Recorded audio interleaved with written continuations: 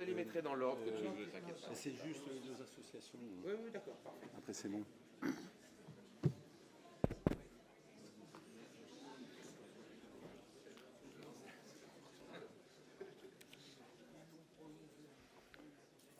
J'y vais. J'y vais. C'est bon. Bonsoir. Merci d'être venu pour cette conférence, je dois dire, avec quand même 3 personnalités un peu exceptionnelles que nous avons la chance de réunir ce soir. Ce n'est pas tous les jours que nous aurons l'occasion de les réunir ici. Je remercie d'abord particulièrement l'ICES qui nous accueille ici et son président, M. Gherardi, et le responsable communication pour l'accueil et le prêt de l'amphithéâtre. Quelques petits détails pratiques. Et il y aura une vente de livres à la sortie, notamment le dernier livre de Laurent, Rome et Babel, qui sera proposé à la sortie avec une personne très efficace qui apporte son lecteur de carte bleue. Ça peut servir. Voilà. Il y aura aussi une quête faite à la sortie. En particulier, nous recevons Laurent Dandrieux qui nous fait l'honneur de nous accompagner. Donc, il vient de Paris. Il y a des frais, vous en doutez. Donc, soyez généreux pour cette quête qui sera faite à la sortie pour les frais. Donc, la conférence débat est organisée dans le prolongement des enseignements universitaires d'histoire des institutions et des idées politiques de Guillaume Bernard, avec le soutien logistique de 2 associations que je vais vous présenter très rapidement. Tout d'abord, Mémoire du futur, dirigée par Reynald Secher, ici présent. Cette association est basée à la Chapelle Basse-Mer, donc près de Nantes, et depuis 30 ans, fait remarquable, même extraordinaire. L'association a restauré le prieuré Saint-Pierre-Esselien, qui, il y a 30 ans, était véritable ruine, on peut le dire, et avec une équipe de jeunes, il a proposé une grande inauguration le 13 mai 2022, c'est-à-dire ce dernier printemps. Donc voilà, l'association a installé dans ce prieuré le mémorial de la Vendée militaire. Donc c'est un lieu exceptionnel et que tout le monde doit aller visiter un jour ou l'autre. Petite remarque. Retenez déjà le samedi 13 mai 2023, il y aura un salon du livre et des arts sous la tutelle de Anne Brassier, qui est une grande spécialiste de la littérature bien orientée, vous comprenez tous. Deuxième association, ARLV, c'est-à-dire Association royaliste légitimiste de Vendée, que j'ai l'honneur de présider. Cette association propose des conférences histoire et actualité, des visites de lieux historiques, des cérémonies d'hommage et de commémoration. Alors, retenez là aussi une date déjà, samedi 2 septembre 2023, au Mont des Alouettes, nous aurons une journée avenir et fidélité, c'est-à-dire que nous allons commémorer les 200 ans de la demande de la duchesse d'Angoulême pour la construction de la chapelle du souvenir, qui se trouve donc en haut du Mont des Alouettes. Et ça sera en même temps les 230 ans de la mort de Louis XVI. Et il se fait qu'il y a sur le côté de la chapelle une stèle dédiée à Louis XVI que vous voyez ici, qui appartient d'ailleurs à notre association. Et nous aurons une grande journée avec un certain nombre de personnalités, des discours, des cérémonies, et après un repas le midi et un aspect festif l'après-midi. Donc voilà, une deuxième date importante. Alors, en Vendée, faut-il présenter Reynald Secher? Je ne sais pas, est-ce bien nécessaire? Docteur d'État ès-lettres, historien spécialiste de la Révolution et des guerres de Vendée, auteur de nombreux livres et de bandes dessinées historiques et religieuses. Il a en particulier soutenu en 1985 une thèse de doctorat d'État, sans cesse rééditée, le génocide franco-français. Donc ça a été un peu l'entrée dans une carrière, si je peux dire, d'historien non conformiste, puisqu'à la suite de ça, si j'ai bien compris, il s'est fait virer de la fac.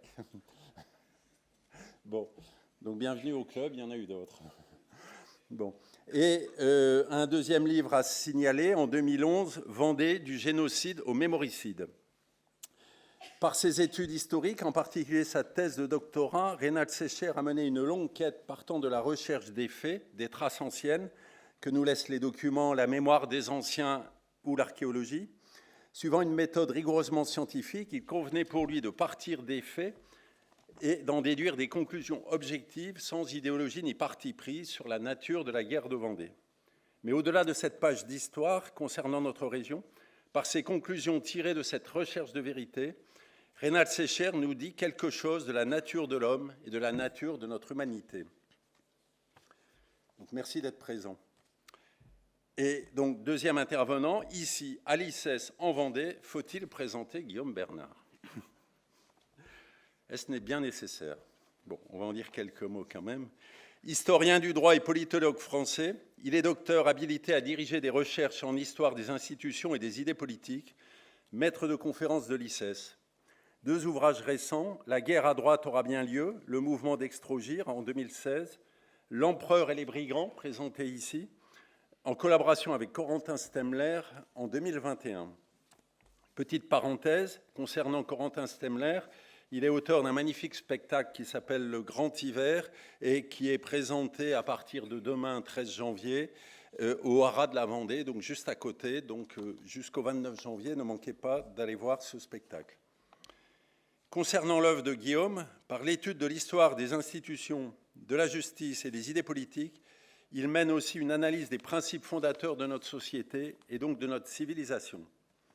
Par son œuvre, on peut voir chez lui en toile de fond une recherche constante du droit naturel, c'est-à-dire du droit inhérent à la nature de l'homme, indépendamment des circonstances, telles que la réalité nous le dit depuis les origines de l'humanité. Et aussi une histoire du droit des sociétés inhérent à la nature de l'homme, cadre nécessaire de la vie des hommes, condition première pour assurer l'épanouissement. Par opposition au droit positif, qui est le droit écrit suivant la volonté des hommes, et donc évidemment on comprend bien soumis à des caprices parfois, le droit naturel est pris ici dans son sens le plus complet du mot droit, illustré par ce qui est rectiligne, c'est-à-dire ce qui est conforme à la réalité, ce qui est vrai et juste et qui ne peut être changé. Laurent Dandrieux, journaliste, rédacteur en chef culture de Valeurs Actuelles, auteur de nombreux ouvrages, notamment Histoire de l'art et critique cinématographique, mais en particulier 2 études récentes sur le sujet qui nous concerne aujourd'hui, Église et immigration, le grand malaise en 2017, et Rome ou Babel, pour un christianisme universaliste et enraciné, édité en 2022. Voilà, donc le sujet typique de notre conférence. Il nous a semblé que dans une première partie de cet ouvrage, Laurent Dandrieux développait de manière précise, avec de nombreuses sources, ce que nous dit la vie des hommes dans le cadre naturel de leur nation et les conséquences des grands mouvements migratoires actuels. Il ajoute ensuite une deuxième partie développant ce qu'il a trouvé dans l'enseignement constant de l'Église. L'Église, il faut quand même le rappeler, chargée par le Christ lui-même de développer son message authentique et de le répandre à la terre entière. Saint Thomas d'Aquin écrivait « Comme un excellent maître, Dieu a pris soin de nous laisser 2 écrits parfaits afin de faire notre éducation d'une manière qui ne laisse rien à désirer. Ces 2 livres sont la création et l'écriture sainte. » L'analyse de Laurent Dandrieux regarde à l'aune de la nature humaine le problème particulier des migrations. Nos 2 universitaires aussi ont regardé en particulier pour l'un l'histoire, en particulier pour l'autre le droit. Cette analyse est-elle la bonne? A-t-il su bien lire le livre de notre nature humaine issue de la création et bien lire le livre de l'Écriture sainte? Saura-t-il vous convaincre? Ce sera à vous d'en juger. Donc nous aurons dans un premier temps exposé de Laurent Dandrieux, ensuite un débat entre les 3 intervenants, et enfin vous poserez toutes les questions qui pourraient tendre à compléter, nuancer, voire contredire les positions présentées. Il n'y a aucun problème. Nous sommes là pour en discuter. C'est la règle dans tout échange civilisé qui doit chercher d'abord à écouter l'autre et ensuite présenter les arguments. 2 conditions indispensables pour cette partie questions. Premièrement, des questions suffisamment courtes et précises. Deuxièmement, nous pouvons toujours critiquer ou contredire des positions ou des idées, mais en aucun cas nous ne critiquons ni nous jugeons des personnes. Toute personne a droit au respect. Merci bien et très bonne soirée.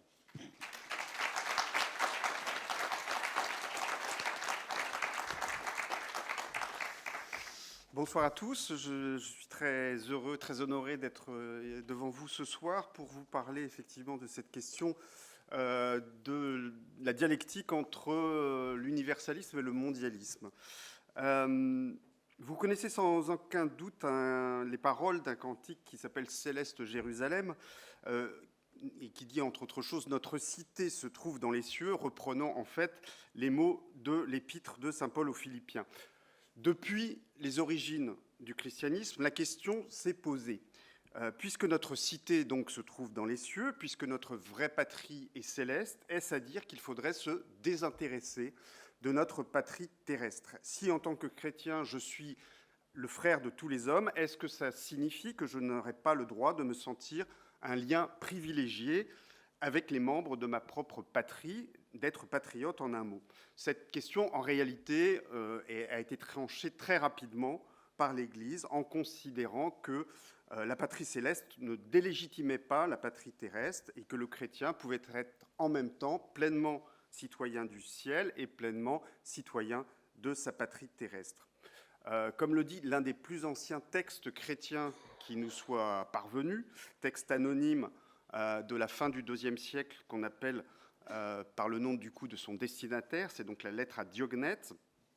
Cette lettre écrit notamment « Ce que l'âme est dans le corps, les chrétiens le sont dans le monde, l'âme est répandue dans tous les membres du corps, comme les chrétiens dans toutes les cités du monde. » Si les chrétiens sont donc étrangers ici-bas, c'est à l'esprit mondain, à l'esprit du monde, à l'esprit de celui que le Christ appelle le prince de ce monde, mais certainement pas aux devoirs et aux responsabilités auxquelles nous obligent les patries dans lesquelles la Providence a voulu nous faire naître.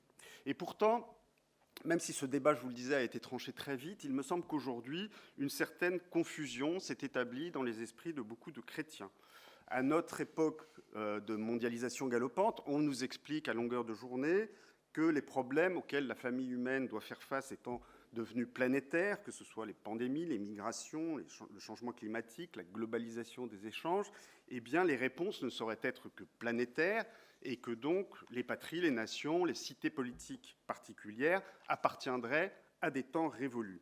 Et il me semble qu'un nombre croissant de chrétiens sont d'autant plus sensibles à cette rhétorique et y adhèrent d'autant plus volontiers que les notions de famille humaine, les notions de planète comme maison commune à tous ses habitants, entrent en résonance profonde avec notre ADN chrétien, avec l'universalisme qui est constitutif de la foi chrétienne.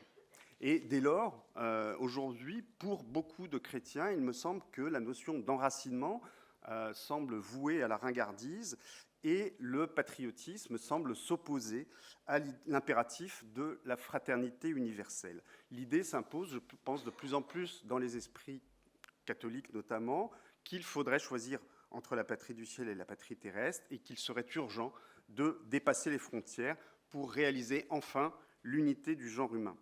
Bref, l'universalisme chrétien, cette idée que nous formons une seule famille humaine de par notre commune paternité divine, ne semble plus être à beaucoup qu'un autre nom du mondialisme. Or, cette assimilation entre les deux me paraît non seulement totalement fausse, mais aussi une perversion profonde de ce qu'est le catholicisme et plus particulièrement donc de ce qu'est l'universalisme chrétien. En 2017, on vous l'a rappelé, j'avais écrit un livre qui s'appelait et qui s'appelle toujours « Église et immigration, le grand malaise » pour expliquer qu'à mon sens, le discours de la hiérarchie catholique sur le sujet de l'immigration faisait gravement fausse route et avait tendance à transformer la charité en une de ces vertus chrétiennes devenues folles dont parle l'écrivain Chesterton, vertus devenues folles, disait-il, pour avoir été isolées les unes des autres. En l'occurrence, dans ce discours de l'Église sur l'immigration, il me semble que la charité a été séparée du respect du bien commun, de la piété due par les chrétiens à leur propre patrie, mais aussi des vertus de prudence, de force, de courage. Une charité devenue folle également pour avoir oublié qu'il y a une hiérarchie dans la charité et que nous la devons prioritairement à ceux à qui nous sommes liés par des liens particuliers avant de la devoir aux plus lointains. Et aujourd'hui, donc, j'ai voulu écrire Rome ou Babel pour essayer de discerner les causes intellectuelles de cette dérive de la charité et de remonter à la source qui me semble être effectivement une forme de contamination de l'universalisme chrétien par le mondialisme, et pour montrer au contraire que non seulement cet universalisme chrétien n'est pas un autre nom du mondialisme, mais qu'il en est l'exact contraire et probablement le meilleur antidote possible. Alors aujourd'hui, la mondialisation, et c'est ce qui complique le sujet, c'est qu'elle prend un aspect une telle ampleur qu'elle semble être un phénomène inéluctable. L'avenir du genre humain est un phénomène effectivement aussi inévitable que la pluie ou le beau temps. Mais pour autant, on ne voit pas souvent que la mondialisation, dans sa phase actuelle, a profondément, ces dernières décennies, changé de nature. Ce n'est plus comme autrefois une simple accélération de la circulation des biens, des capitaux et des personnes. C'est aussi aujourd'hui un nouvel ordre international où les États s'effacent devant des pouvoirs supranationaux ou transnationaux. Les États, en effet, se délestent de plus en plus de leur souveraineté au profit d'institutions internationales, et d'autre part, certaines ONG surpuissantes comme la Fondation Gates ou la Fondation Soros ont aujourd'hui plus de pouvoir financier que bien des États, et de la même façon que certaines multinationales surpuissantes comme les célèbres GAFAM. Donc c'est une mondialisation qui est un phénomène qui a changé de nature. En plus, ça n'est pas, contrairement à ce qu'on nous dit, un phénomène idéologiquement neutre. Loin, en effet, d'être une simple intensification des échanges, la phase actuelle de la mondialisation est en fait la généralisation au monde entier des valeurs du relativisme occidental. Et en cela, ça n'est pas un universalisme, c'est une forme d'impérialisme idéologique de l'Occident postmoderne. Pour ne prendre qu'un seul exemple de cette non-neutralité idéologique de la mondialisation, tous les organismes aujourd'hui qui en sont moteurs, que ce soit évidemment l'Union européenne ou les Nations unies, mais aussi les fondations Gates ou Soros dont je vous parlais, et également les célèbres GAFAM, eh bien toutes ces organisations concourent activement et promeuvent toutes les évolutions sociétales qui contribuent à déstabiliser le modèle familial traditionnel. Alors cette mondialisation, c'est un phénomène d'autant moins idéologiquement neutre qu'il est poussé par une idéologie, le mondialisme, qui vise à pousser cette mondialisation jusqu'à ses plus ultimes conséquences pour arriver à une humanité unifiée, sans frontières, gouvernée à terme par une autorité politique mondiale, et surtout une humanité uniformisée dans ses modes de vie, ses goûts, ses habitudes, ce qui sera effectivement beaucoup plus commode pour la globalisation du commerce et des échanges.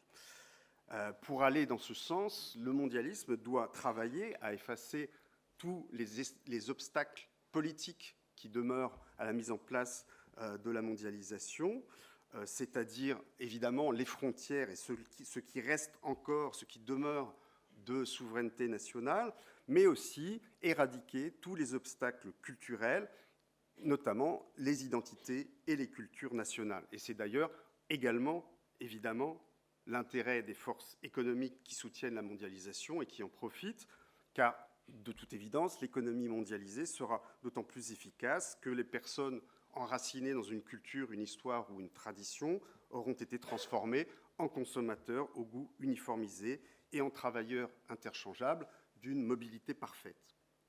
Alors cette idéologie mondialiste, elle a d'autant plus le vent en poupe qu'elle épouse une tendance profonde de l'ère du temps et que du coup elle est plus souvent effectivement un air du temps qu'une idéologie clairement affirmée.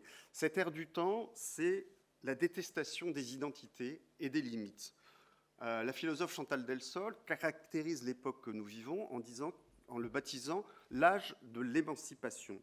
C'est-à-dire que aujourd'hui, tout ce qui nous contraint, tout ce qui nous limite, tout ce qui nous restreint dans notre quête éperdue de liberté est perçu comme un mal absolu dont on ne peut absolument plus voir aucun désavantage.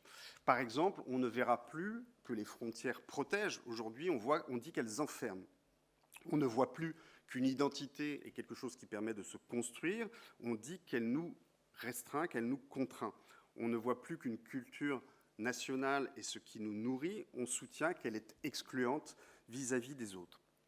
L'opposé exact de ces limites et de ces identités, et l'idéal finalement du citoyen mondialisé moderne, c'est ce que le philosophe anglo-polonais Zygmunt Bauman a baptisé du nom de société liquide, c'est-à-dire une société où on refuse absolument de se laisser enfermer dans des identités fixes, mais où on veut au contraire préserver à tout moment une liberté de choix infinie et une mobilité infinie, qu'elle soit géographique ou bien dans ses modes de vie et ses identités. Et le mondialisme, en libérant l'individu de toutes ses attaches nationales, historiques, culturelles ou religieuses, en le déracinant, eh bien, semble justement offrir à l'individu moderne cette liberté infinie, cette liberté liquide à laquelle il aspire. Donc, l'idéologie mondialiste et l'économie mondialisée travaillent sur deux plans différents, mais convergent à l'émergence de ce que déjà, dans les années 1920, un philosophe espagnol, José Ortega y Gasset, avait baptisé l'homme masse. Et l'homme masse, il le définissait comme cela, un type d'homme hâtivement bâti, monté sur quelques abstractions, et qui, pour cela, se trouve identique d'un bout à l'autre de l'Europe. Cet homme masse, c'est l'homme vidé au préalable de sa propre histoire, sans entrailles de passé. Il n'a que des appétits, il ne se suppose que des droits, il ne se croit pas d'obligations. Toute ressemblance avec des personnes que vous pourrez croiser dans la rue est évidemment tout à fait fortuite. Sous la pression donc de l'idéologie mondialiste, la mondialisation devient donc ce mouvement de fond qui tente à déraciner l'homme, à l'arracher à tous ses attachements ancestraux, à son histoire, à sa culture, à ses traditions, pour en faire ce citoyen désaffilié, parfaitement libre parce que parfaitement creux. Cette mondialisation, elle est donc, à mon sens, profondément déshumanisante parce qu'elle nie une dimension essentielle de l'âme humaine qui est le besoin vital d'enracinement, selon le mot de la philosophe Simone Weil. Comme le dit très joliment le sociologue américain Christopher Lasch, le déracinement déracine tout, sauf le besoin de racines.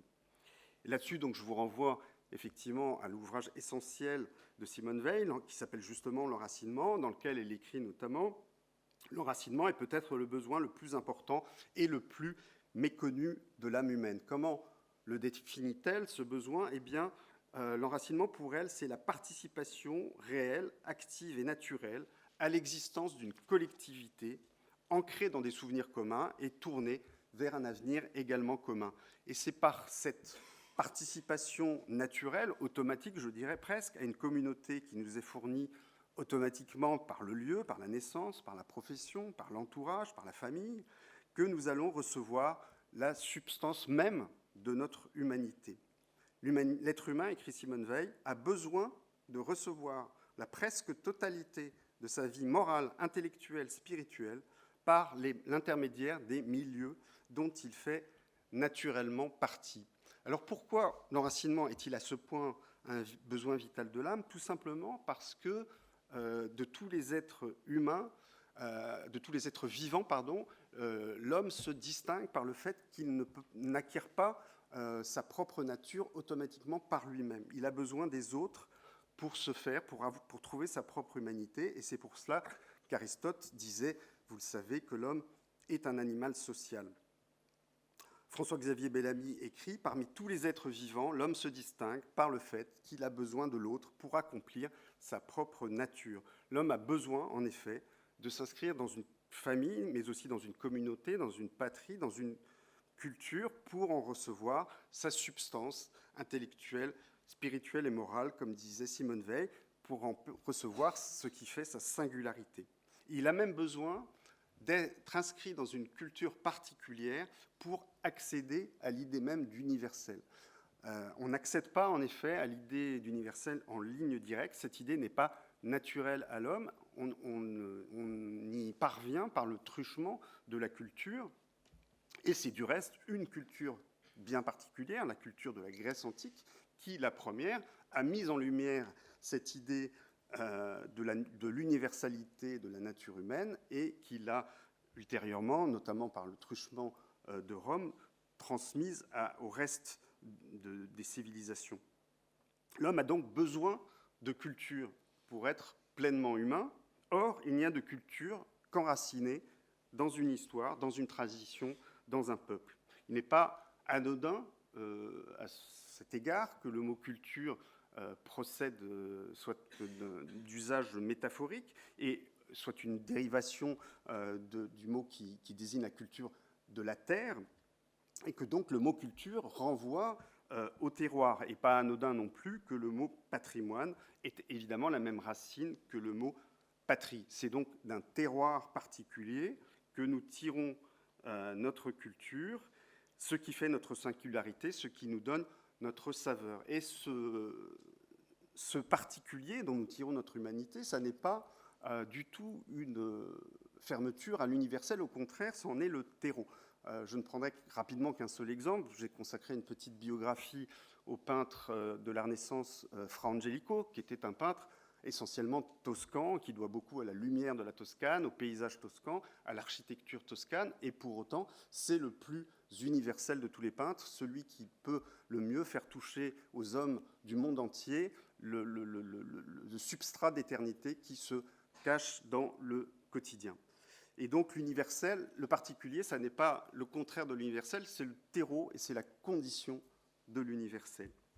Alors donc, se battre pour conserver nos racines et nos souverainetés politiques, et les souverainetés politiques qui les protègent, c'est se battre non pas pour la sauvegarde égoïste dont on ne sait trop quel privilège, c'est se battre littéralement pour la culture et donc pour la civilisation. Alors que la société mondialiste qu'on nous prépare est au contraire une anti-civilisation qui, en abolissant toutes les solidarités naturelles et la condition même d'éclosion de la culture qu'est l'enracinement, eh bien, prépare le retour au tribalisme, au nihilisme, et finalement le triomphe de ce que Platon appelait le gros animal, c'est-à-dire la part la plus bestiale de l'homme.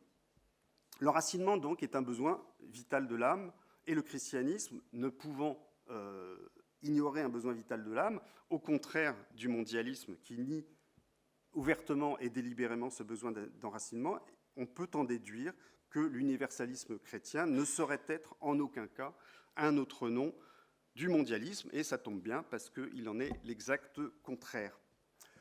L'universalisme, vous le savez, il est constitutif de l'identité chrétienne. Il est contenu dans le nom même de l'Église catholique, puisque catholique veut dire universel, vous le savez, mais universel en deux sens, qui s'adresse à tous les hommes, mais aussi qui s'adresse à tout l'homme dans toutes ses dimensions, non seulement à son âme et à son esprit, mais bien à l'intégralité de sa nature humaine, y compris dans sa dimension la plus enracinée. Cet universalisme, il est évidemment présent dès l'Ancien Testament, depuis le jour où Yahvé promet à Abraham de le faire père d'une multitude de peuples. Jésus va évidemment le souligner, le rendre plus clair encore en établissant la nouvelle alliance par laquelle, je le cite, « cette bonne nouvelle du royaume sera proclamée dans le monde entier en témoignage et à la face de tous les peuples ». Au debout de l'existence de Jésus, cela se matérialise d'une part par cette fête que nous avons, cet événement que nous avons récemment fêté, l'Épiphanie, qui témoigne que Dieu incarné dans l'enfant Jésus n'est plus seulement le Dieu d'Israël, et à l'autre extrémité par l'envoi par le Christ, l'envoi en mission des apôtres. Allez donc de toutes les nations, faites des disciples. On note déjà que le Christ parle d'évangéliser tous les peuples, toutes les nations, et non pas seulement tous les hommes. C'est bien par la médiation d'une communauté particulière que se fait l'annonce de la bonne nouvelle.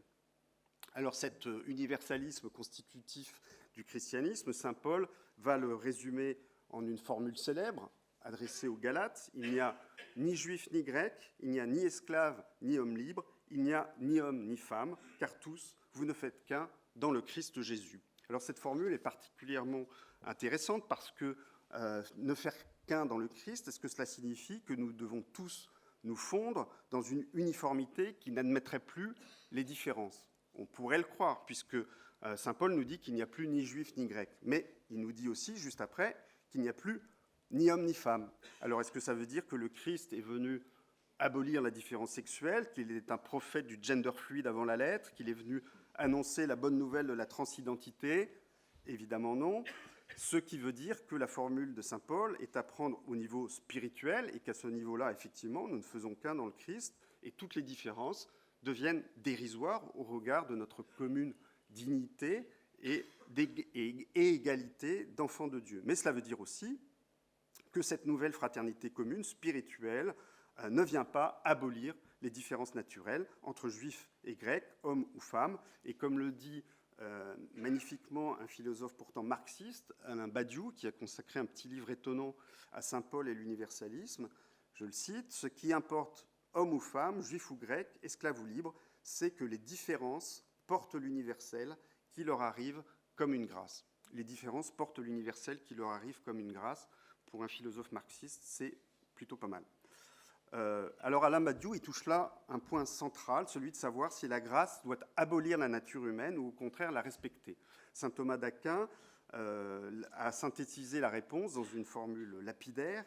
La grâce ne détruit pas la nature, mais la parfait ou la couronne, selon les traductions. C'est-à-dire qu'il existe une nature humaine que le Christ n'est pas venu abolir, mais perfectionner par la grâce.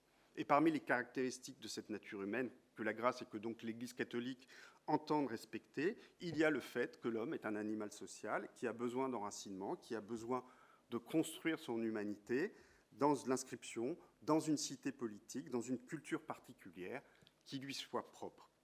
Cette idée que la grâce ne détruit pas la nature va s'incarner de manière très concrète dans la façon dont l'Église va s'y prendre dès les origines pour évangéliser les différents peuples.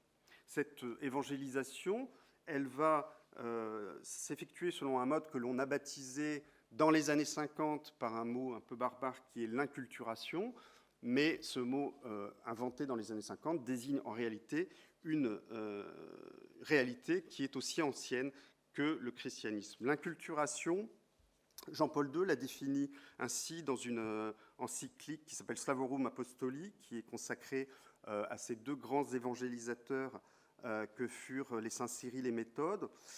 Jean-Paul II écrit « L'inculturation, c'est l'incarnation de l'Évangile dans les cultures autochtones et en même temps l'introduction de ces cultures dans la vie de l'Église. » Donc définition en deux temps que je reprends. Tout d'abord, la plus évidente, l'incarnation de l'Évangile dans les cultures autochtones. Cela veut dire que le catholicisme ne vient pas remplacer ces cultures, les éradiquer ou les révolutionner, mais seulement les perfectionner par l'Évangile. Deuxième temps de la définition, l'inculturation, c'est aussi l'introduction de ces cultures dans la vie de l'Église. Et ça, c'est plus surprenant. Ça veut dire qu'une fois que les cultures des différents peuples ont rencontré le catholicisme, elles intègrent, pour ainsi dire, l'identité de l'Église. C'est ce qui permettra d'ailleurs au pape Benoît XVI, dans son sublime discours de Ratisbonne, d'expliquer que le catholicisme était absolument indissociable, par exemple, de la culture grecque. Mais ça permettra également à Jean-Paul II d'écrire dans son livre « Mémoire et identité » cette phrase très forte, « L'histoire de toutes les nations est appelée à entrer dans l'histoire du salut ». Alors, comment s'est traduit dans les faits, concrètement, ce concept d'inculturation ? Le premier exemple d'inculturation, c'est tout simplement Jésus lui-même qui le donne en s'incarnant dans le peuple juif. Et en ce faisant, il s'inscrit pleinement dans la culture de ce peuple, il en observe les lois et les coutumes, et durant toute sa vie terrestre, il réserve au peuple juif l'intégralité de sa prédication. Le théologien allemand Karl Adam écrira « Tant que Jésus était sur la terre, il appartenait à son peuple. » Et de la même façon, à son exemple, l'Église ne va pas fonder une gigantesque multinationale religieuse, elle va se répandre progressivement en fondant des églises locales qui sont chacune pleinement et entièrement catholiques, tout en se rattachant à la grande Église universelle. Et en s'adressant à des peuples de cultures de plus en plus différentes, l'Église ne va cesser pour les évangéliser de s'appuyer sur leur culture et même de valoriser ces cultures. Il va non seulement respecter les cultures des peuples qu'il évangélisera, mais souvent il va aider ces peuples à connaître eux-mêmes leur propre culture et à les développer. C'est ainsi, par exemple, que les frères Cyril et Méthode, qui partirent de Thessalonique au IXe siècle pour évangéliser les peuples slaves, et bien pour ce faire, inventèrent le premier alphabet slave qui permettra donc aux cultures slaves de se développer. On pourrait citer beaucoup d'autres exemples. Le célèbre apôtre de la Chine, qui est le jésuite Matteo Ricci, au XVIe siècle, qui part du confucianisme pour enseigner l'Évangile. On pourrait citer aussi une religieuse française de Tours qui est allée évangéliser le Québec, ce qu'on n'appelait pas encore le Québec, sous le nom de Marie de l'Incarnation, et qui a, pour ce faire, s'est beaucoup intéressée aux cultures iroquoises et algonquines. L'esprit de cette inculturation me semble parfaitement résumé par le pape Alexandre VII, qui, en 1659, dans une instruction qu'il a rédigée pour les missions étrangères de Paris, écrivait ceci: « Ne mettez aucun zèle, n'avancez aucun argument pour convaincre ces peuples de changer leurs rites, leurs coutumes et leurs mœurs, à moins qu'elles ne soient évidemment contraires à la religion et à la morale. Quoi de plus absurde que de transporter chez les Chinois la France, l'Espagne, l'Italie ou quelque autre pays d'Europe? N'introduisez pas chez nous nos pays, mais la foi, cette foi qui ne repousse ni ne blesse les rites ni les usages d'aucun peuple, pourvu qu'ils ne soient pas détestables, mais bien au contraire, veut qu'on les garde et qu'on les protège. » Alors cette conception catholique de la grâce qui vient couronner la nature, elle explique que cette inculturation, ce respect des cultures des différents peuples, n'est pas pour l'Église une simple nécessité tactique, un moment temporaire qui aurait été nécessaire pour évangéliser les peuples, une étape qui aurait vocation à être dépassée une fois qu'on aurait établi l'universalité de la catholicité. Ce respect des cultures, il répond au contraire à une justification théologique, à un ordre métaphysique des choses qui régit donc les rapports de la nature et de la grâce. Et donc cette diversité des peuples et des cultures doit être vue comme le mode de fonctionnement normal de la condition humaine, une constante qu'il convient certes de purifier par la grâce, mais aussi d'apprécier comme un véritable don de Dieu, chaque peuple, chaque culture, faisant entendre une note qu'elle est la seule à pouvoir faire entendre, faisant entendre une certaine façon d'être au monde qui est irremplaçable. Et on pourrait comparer un peu cette diversité des cultures et des peuples reconnus par l'Église à la diversité des spiritualités qui chacune s'incarne dans une tradition monastique différente. Cette reconnaissance par l'Église de la diversité des cultures, vue comme une richesse, elle débouche logiquement sur une reconnaissance de la légitimité, de l'attachement de chacun à sa patrie, à la construction politique particulière qui est l'émanation d'un peuple et de sa culture. Ainsi, pour saint Thomas d'Aquin, qui, vous le savez, est le grand penseur politique du bien commun, le bien commun des personnes est indissociable du bien commun de la cité à laquelle ils appartiennent, et pour lui, l'extrême variété des choses humaines explique et justifie la diversité des législations chez les peuples, même si toutes obéissent à une même loi naturelle.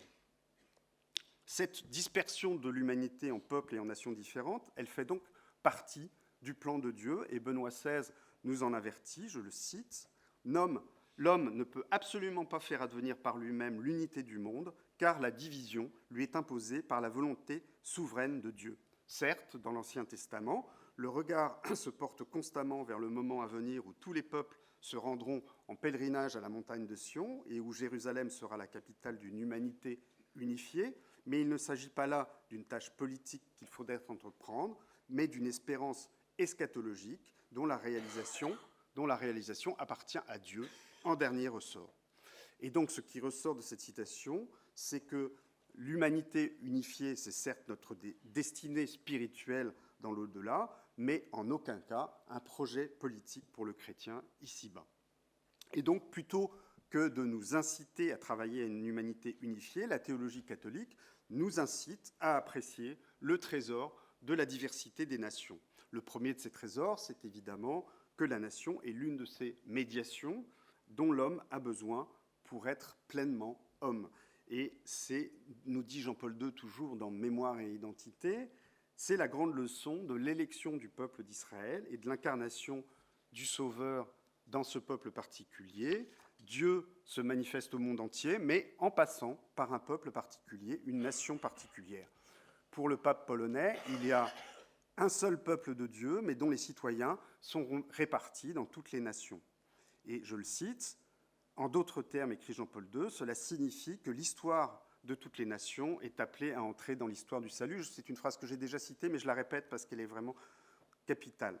Et donc, cela veut dire que, en quelque sorte, en s'incarnant dans la nation d'Israël, Dieu a voulu signifier que l'universalité du salut qu'il propose à tous les hommes passerait pour chacun d'eux par le biais de sa nation particulière.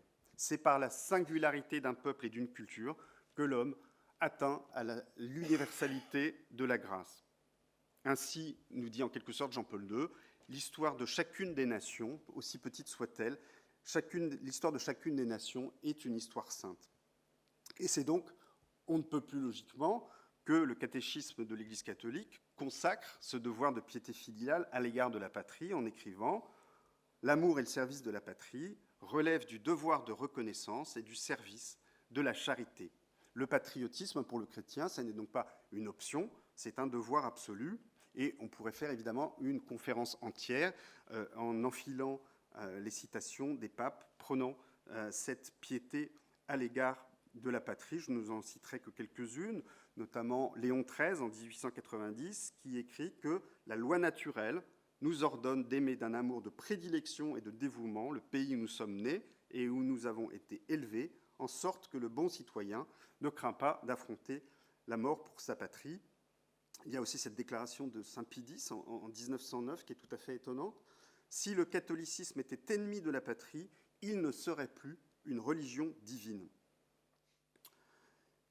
Pie XII en 1958, on rencontre parfois des citoyens pris d'une sorte de crainte de se montrer particulièrement dévoués à la patrie, comme si l'amour envers son pays pouvait signifier nécessairement le mépris envers les autres pays, comme si le désir naturel de voir sa patrie belle, prospère à l'intérieur, estimée et respectée à l'étranger, devait être inéluctablement une cause d'aversion à l'égard des autres peuples. Ça n'est pas le moindre signe de désorientation des esprits que cette diminution de l'amour de la patrie, de cette plus grande famille que Dieu nous a donnée. Il écrit ça en 1958 et évidemment aujourd'hui il serait un peu horrifié par l'évolution des choses.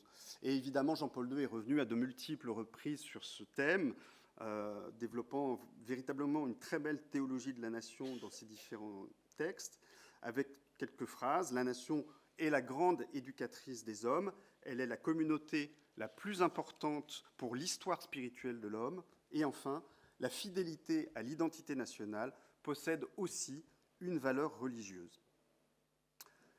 Ainsi donc, l'Église elle-même nous enseigne que si nous sommes attachés à notre patrie, si nous voulons défendre son identité et sa culture, si nous sommes même prêts à donner pour elle notre vie, nous ne sacrifions aucunement à un égoïsme, nous ne défendons je ne sais trop quel privilège excluant pour les autres, nous sommes tout simplement en train d'accomplir un devoir de charité et de piété, et nous sommes fidèles à notre vocation spirituelle. D'ailleurs, les papes ont reconnu de manière constante que les nations, comme les individus, avaient chacune leur vocation spirituelle. Et c'est évidemment le sens de la célèbre formule sur la France, fille aînée de l'Église, qui n'est pas, comme on le croit parfois, une vieillerie médiévale, mais qui a été constamment martelée par tous les papes, y compris de l'époque moderne. Et c'est le sens de cette célèbre interpellation de Jean-Paul II en 1980. « France, fille aînée de l'Église, qu'as-tu fait des promesses de ton baptême ? France, éducatrice des peuples, es-tu fidèle à l'alliance avec la sagesse éternelle ?» Alors vous le voyez, l'universalisme chrétien ne se pose à aucun moment comme une négation des différences. Ça n'est pas la dissolution des identités particulières dans une nouvelle identité commune, c'est la communion de ces identités différentes préservées dans une destinée surnaturelle commune qui respecte leur diversité et leur charisme propre. Pie XII l'expose clairement dans Summi Pontificatus, qui est une encyclique écrite, publiée à la veille de la guerre en 1939 et qui pourtant exalte l'unité du genre humain face aux doctrines de haine raciale. Et dans cette encyclique, il écrit pourtant « l'Église du Christ ne peut penser ni ne pense à attaquer ou à mésestimer les caractéristiques particulières que chaque peuple, avec une piété jalouse et une compréhensible fierté, conserve et considère comme un précieux patrimoine. Son but, le but de l'Église, est l'unité surnaturelle dans l'amour universel senti et pratiqué, et non l'uniformité exclusivement extérieure, superficielle et par là débilitante. C'est aussi ce que nous dit Benoît XVI dans un très beau petit livre qui s'appelle « Chemin vers Jésus », où il a un chapitre sur cette question, en opposant l'esprit de la Pentecôte à la tentation de Babel.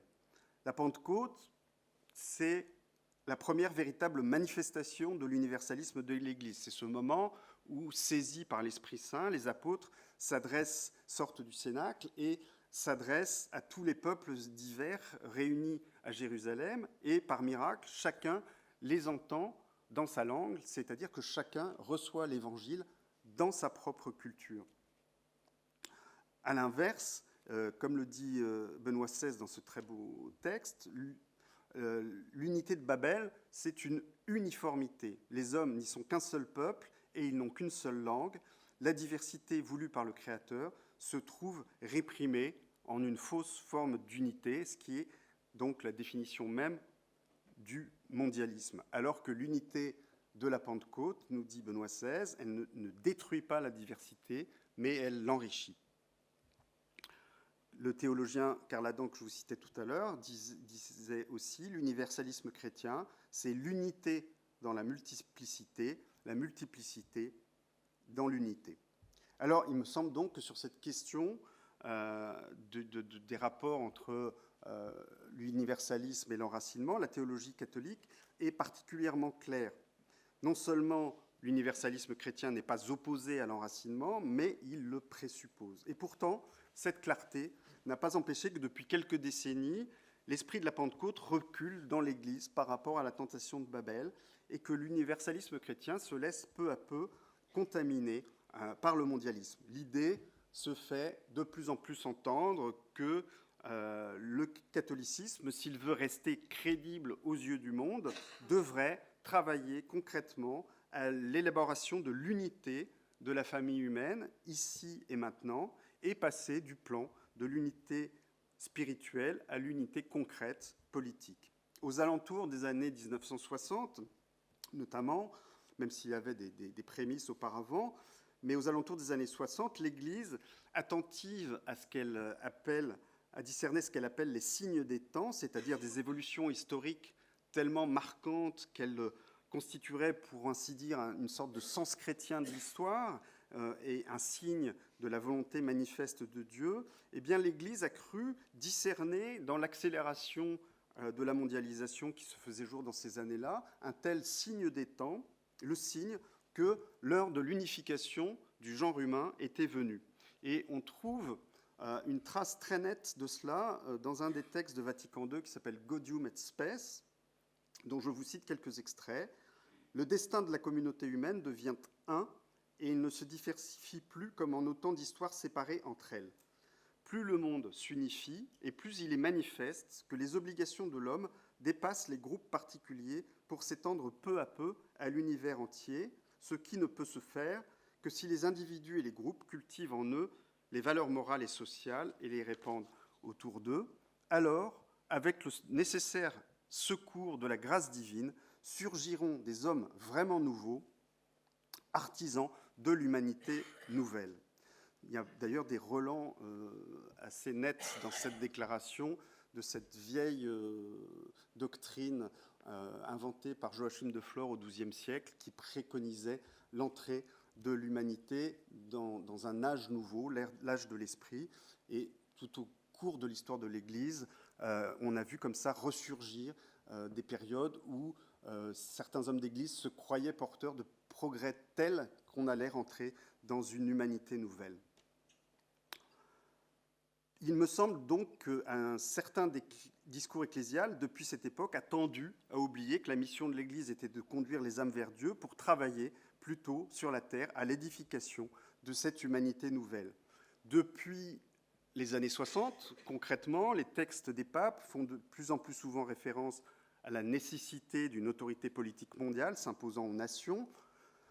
Le pape François, d'ailleurs, a pris parti à plusieurs reprises pour la construction d'une Europe fédérale, c'est-à-dire une Europe où les souverainetés des États ne seraient plus que résiduelles, au point d'ailleurs de faire une assimilation assez incroyable entre souverainisme et nazisme. On parle également dans les textes du magistère désormais de citoyenneté mondiale, et on ne parle presque plus que de bien commun universel, c'est-à-dire transnational, qui a pris la place de la notion traditionnelle de bien commun limité à une société politique particulière. Vous le savez comme moi, un certain discours ecclésial ne cesse de dénoncer les frontières comme autant de manifestations égoïstes. Quant à l'identité nationale, elle est devenue quasiment un gros mot, synonyme d'exclusion, de repli sur soi, de xénophobie. Un exemple, un haut responsable de la Curie qui, je crois, a toujours en charge, à ce jour, est toujours responsable de la question des migrants, repoussait dans une déclaration d'un revers de main les inquiétudes de certains quant aux conséquences sur les sociétés occidentales des migrations de masse, en disant « Comment peut-on, face à quelqu'un dans le besoin, se poser la question de la menace de sa propre identité ? Une telle mentalité n'est plus possible aujourd'hui, car nous vivons dans un seul monde, on ne peut pas bâtir un monde d'exclusion. » Alors évidemment, si j'ai pris cette citation sur le sujet des migrations, ce n'est pas par hasard. La question des migrants, dont on sait l'importance qu'elle a prise aujourd'hui dans le discours catholique, au point que le philosophe Pierre Manant a pu dire que l'accueil des migrants semble parfois résumer dans la bouche de l'Église la totalité du message chrétien, eh bien cette question des migrants me semble tout à fait symptomatique de cette contamination de l'universalisme par le mondialisme,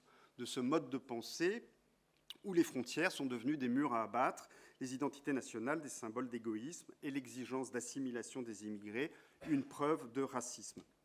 Vous le savez, l'Église s'est par exemple étroitement associée au Pacte des Nations Unies pour les migrations, signé en 2018 à Marrakech, pacte qui vise à faire accepter la migration perpétuelle comme le mode de fonctionnement habituel de l'humanité.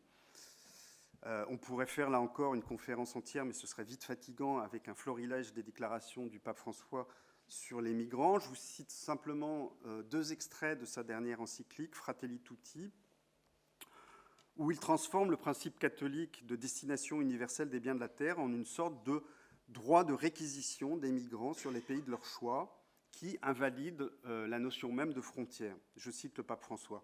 « Personne ne peut donc être exclu, peu importe où il est né, et encore moins en raison des privilèges dont jouissent les autres parce qu'ils sont nés quelque part où existent plus de possibilités. Les limites et les frontières des États ne peuvent pas s'opposer à ce que cela s'accomplisse. La conviction concernant la destination commune des biens de la terre doit s'appliquer aujourd'hui également aux pays, à leur territoire et à leurs ressources.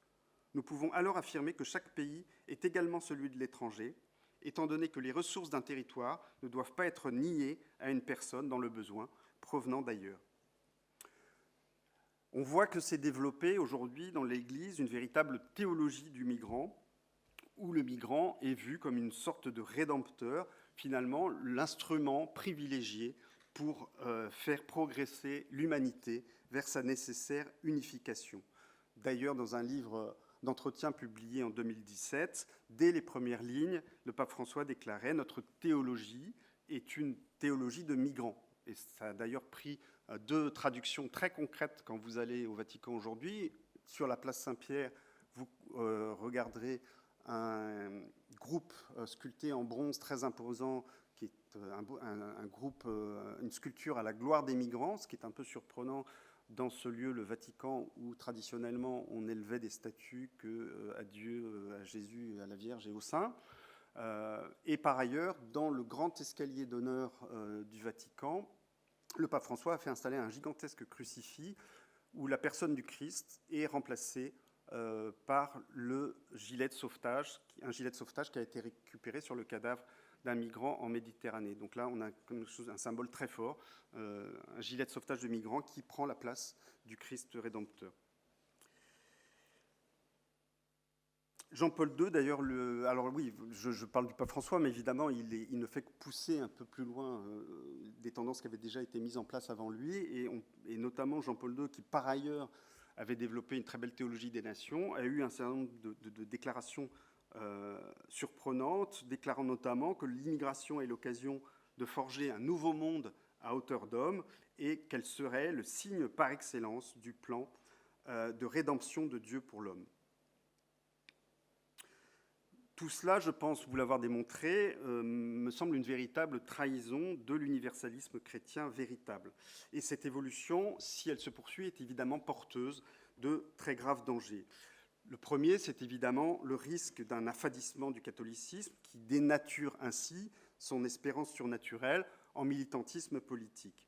Il y a le risque également qu'en condamnant l'enracinement, eh bien, l'Église en vienne à se couper des peuples qui ont de plus en plus de mal à comprendre qu'elle semble condamner leur légitime attachement à leur patrie, à leur culture, à leur tradition.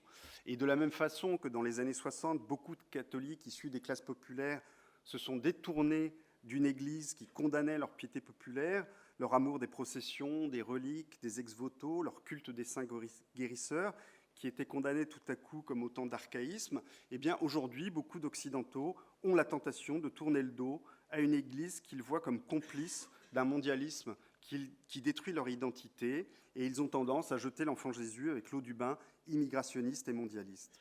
On peut dire qu'après s'être coupé du peuple dans les années 60, eh bien, un certain catholicisme est aujourd'hui en train de se couper des peuples. Enfin, dernier risque de cette dérive de l'universalisme, le risque qu'en paraissant se rallier à ce que Pierre Manant appelle la religion de l'humanité, c'est-à-dire cette religion qui nous invite à voir l'autre non seulement comme un frère, mais aussi comme un semblable parfaitement interchangeable, dont l'identité propre n'a plus d'importance, et bien que l'Église, en se ralliant à cette religion de l'humanité, donne la main à son pire ennemi, ce mondialisme qui vise donc à arracher l'homme à tous ses liens historiques, culturels, familiaux, mais aussi religieux.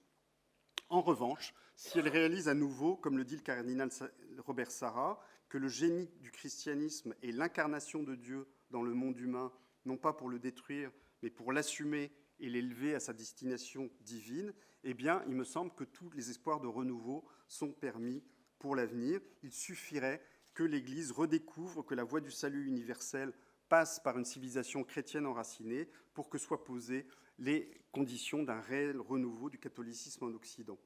Car, pour durable et puissante qu'elle soit, cette dérive mondialiste n'est pas, en effet, une fatalité.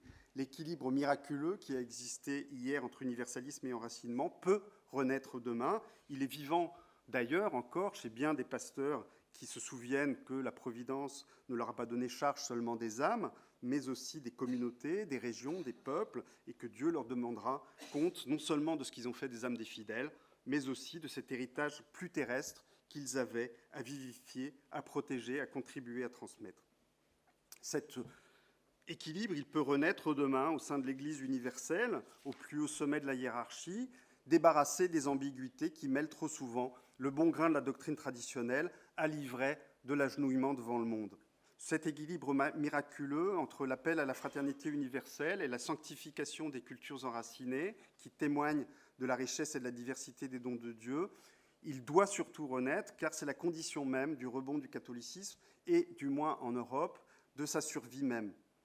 C'est la condition même aussi de la survie des peuples de culture chrétienne, le seul moyen que leurs identités cessent de se corrompre et de se dissoudre dans les valeurs matérialistes ambiantes, dans un progressisme déshumanisant, dans un culte sans cesse rendu à une liberté qui n'est en réalité que la liberté de se rendre esclave de tous les caprices dictés par l'orgueil et par un consumérisme débilitant, dans une course folle à une vie soi-disant augmentée qui est en réalité dégradée à la satisfaction d'appétits nombrilistes et d'intérêts égoïstes. Je pense profondément que l'avenir du catholicisme en Europe se joue là, dans l'attitude de l'Église vis-à-vis de l'enracinement et de la culture chrétienne. Aujourd'hui, trop souvent, l'Église ne veut plus entendre parler que d'une foi pure, purement spirituelle, détachée de toutes les scories culturelles, identitaires et nationales. Elle rejette dans la géhenne extérieure ceux qui, inquiets de la dépossession de leur identité, notamment face à un islam conquérant, sont attachés au clocher de leur église, à la statue du saint local ou au calvaire, à la crèche, à la mairie, sans nécessairement avoir la foi, parce que l'Église voit dans cet attachement une instrumentalisation du christianisme et rejette ces Européens qui se tournent vers l'identité chrétienne, dit-elle, pour de mauvaises raisons, sans se rappeler que c'est à elle qu'il reviendrait de purifier ces raisons et de transformer un itinéraire, une démarche identitaire, en une démarche spirituelle, et que pour entreprendre d'ailleurs un itinéraire de conversion, il vaut mieux de mauvaises raisons que pas de raisons du tout. L'avenir du catholicisme en Europe se jouera là, disais-je, soit l'Église persiste dans ce rejet, donnant aux peuples européens le sentiment qu'elle est complice de leur suicide programmé, et la poursuite de son déclin me paraît à peu près inéluctable.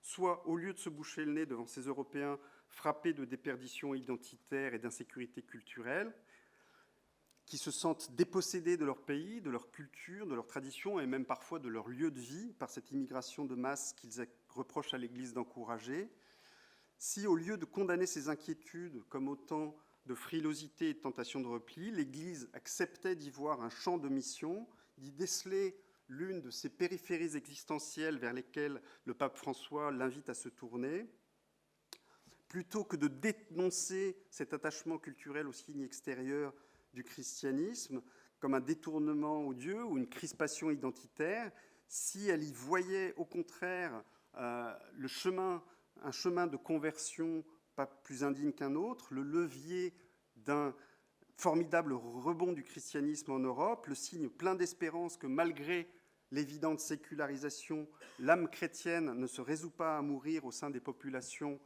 les plus déchristianisées, eh bien, il me semble que le christianisme pourrait aisément redevenir une idée neuve en Europe. Il faudrait juste que l'Église cesse de se tromper de cible et de traiter en ennemis ces catholiques culturels, pour le moment seulement attachés à la crèche et au clocher, comme un signe de leur identité menacée, mais qui ne demandent qu'à être reconduits vers le Christ, pour peu que l'Église comprenne que c'est là, dans cette armée de réserve, selon le joli mot de Patrick Buisson, que réside le vivier de son avenir. Alors pour conclure, je dirais que non seulement il n'appartient pas aux chrétiens de se substituer à Dieu en établissant ici-bas la Jérusalem céleste, en travaillant à l'unité politique du genre humain, mais ils doivent prendre conscience que l'éclatement et la bigarrure du monde font partie du plan de Dieu pour notre rédemption, car chacune de nos patries s'offre à nous comme le chemin singulier que Dieu nous propose pour atteindre à l'universalité du salut. Vouloir un christianisme ancré dans des cultures particulières, ce n'est pas vouloir tourner le dos à l'universel, c'est l'enraciner, c'est lui donner des fondations solides qui l'empêchent de ployer à tous les vents et à céder à tous les chants de sirène du mondialisme libéral. Vouloir une culture chrétienne enracinée, ça n'est pas tourner le dos à la foi, c'est assurer à cette foi le terreau qui la maintiendra jeune, dynamique et vivante. S'attacher à son identité chrétienne, ce n'est pas tourner le dos à la mission, c'est au contraire s'en donner les moyens. Rien de plus missionnaire que la messe, que la splendeur de la liturgie, que le formidable réseau de Bibles de pierre que nos églises répandent sur tout le pays. C'est adossé à ce trésor que le chrétien rayonne le mieux par sa foi. Aller enseigner toutes les nations, il me semble qu'il est temps de prendre à nouveau l'envoi en mission du Christ au sérieux et non comme une formule magique qu'on répète, non seulement sans en comprendre le sens, mais en le niant par une forme de restriction mentale. Il me semble qu'il est grand temps que ceux qui tiennent la barre de l'Église se souviennent que les catholiques doivent être le sel de la terre et qu'ils renoncent à n'être que le sucre censé adoucir la pilule amère d'une mondialisation déshumanisante. Je vous remercie.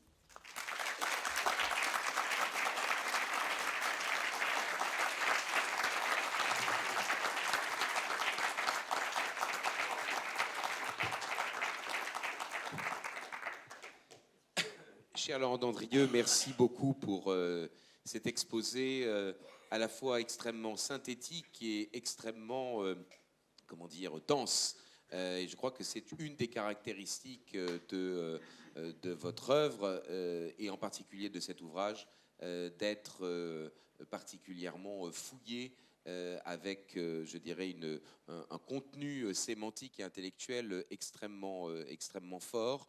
Nous recommandons, enfin moi je recommande, on verra ce que Rénal Sécher dira, mais je peux parler peut-être en son nom là tout de suite, nous recommandons évidemment la lecture de cet ouvrage que vous pourrez acquérir en fin de séance et vous le faire dédicacer, mais sachez-le tout de suite, vous serez en face d'un ouvrage qui n'est pas simplement un essai destiné au grand public, même s'il est compréhensible naturellement par le grand public. C'est véritablement un ouvrage scientifique et par conséquent un ouvrage extrêmement dense et référencé. Bon, je passe la parole à Reynald pour qu'on puisse débattre quelques dizaines de minutes à tous les trois.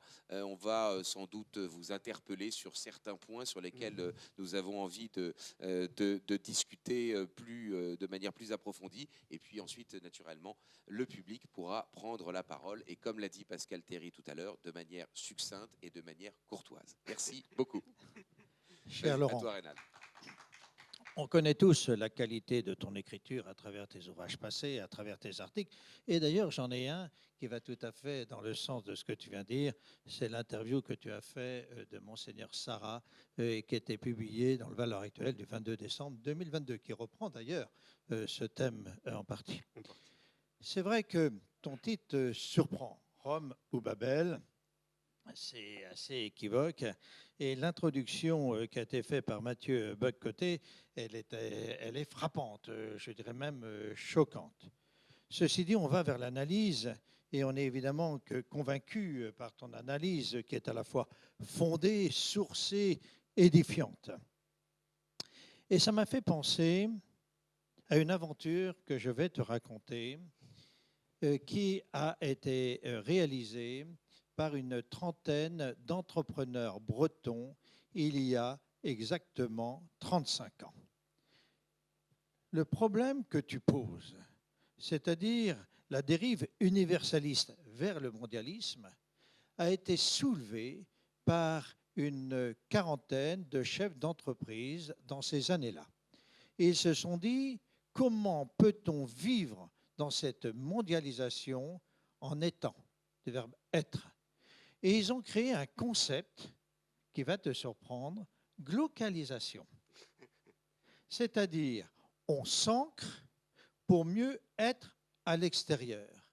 Et pour ce faire, ils ont mené tout un travail d'enracinement auquel j'ai participé, d'où les bandes dessinées sur l'histoire de la Bretagne, qui ont été financées par les entreprises et jetées dans le public à travers les entreprises.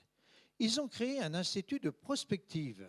Ce qui est très intéressant, c'est que lorsqu'ils ont voulu trouver des parrains, ils n'ont trouvé aucun homme politique français.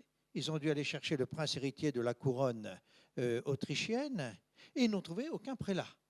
Sinon, un père abbé d'une abbaye. Qu'est-ce qui est devenu cette aventure? Le bilan, je l'ai eu dimanche dernier à Rennes. J'ai rencontré un des survivants de cette aventure et il a fait le constat suivant. Et c'est sur ce constat que je voudrais que tu nous donnes des éléments de réflexion. Premier constat, l'échec absolu. L'homme politique, local, régional, national, a lutté contre cela pour des raisons identitaires, etc. L'Église s'est opposée. Donc, échec, et les gens ont vendu leur entreprise, des grosses entreprises, je n'ai pas cité des noms, où ils sont partis en retraite anticipée, ou, troisième solution, et c'est le cas de cet ami, est parti à l'étranger. D'ailleurs, plus aucun de ses enfants ne vit en France. Hostilité du monde politique, hostilité du monde religieux, et cette hostilité, elle est toujours là. Parce que, comme tu le dis, ce double concept se heurte à l'hostilité générale. Comment, quel conseil tu peux donner à un chef d'entreprise qui a cette conscience, qui a cette volonté et qui veut œuvrer pour continuer à être et à agir? La difficulté, c'est que, effectivement, comme je le disais, le mondialisme repose sur un air du temps. Et cet air du temps veut que l'enracinement soit un truc ringard et dépassé et qui tourne le dos à l'universel. En même temps, cet air du temps me paraît en crise. Et je pense que le moment Covid a été intéressant de ce point de vue-là, c'est-à-dire que même si beaucoup ont dit que le Covid, vous voyez bien, c'est la preuve qu'il faut des réponses mondiales à des problèmes mondiaux, mais on a pu aussi très souvent analyser la crise du Covid comme une conséquence ultime d'une folie mondialiste où, à force effectivement de tout planétariser, eh bien, on arrive à des espèces de création de monstres absolument incontrôlables, et que donc la réponse raisonnable à cela, c'était de se relocaliser. Et donc je pense que ça prouve que cet air du temps, il est inversable. On peut lutter, on peut le prendre à revers en utilisant les impasses concrètes du mondialisme pour montrer aux gens que non, au contraire, ce dont on a besoin, c'est d'enracinement, et que l'enracinement, c'est pas le passé, c'est l'avenir. Et tu parles d'un échec, mais il y a aussi de très belles réussites. Et évidemment, je n'ai pas besoin de vous apprendre que le Puy du Fou en est une, et que l'ICES en est une autre également. Mais que donc, je pense que ce sentiment que ça n'est qu'en partant du particulier qu'on peut vraiment atteindre l'universel, je pense qu'il reste profondément ancré, enfoui dans le cœur des gens, et que simplement il faut peu de choses pour. Il suffit peut-être de souffler un peu sur les braises pour réussir à le ranimer. Seconde question. J'étais très choqué par un aspect de ton livre, parce que, comme tu l'as dit tout de suite, tu fais remonter cette dérive à Pie XII.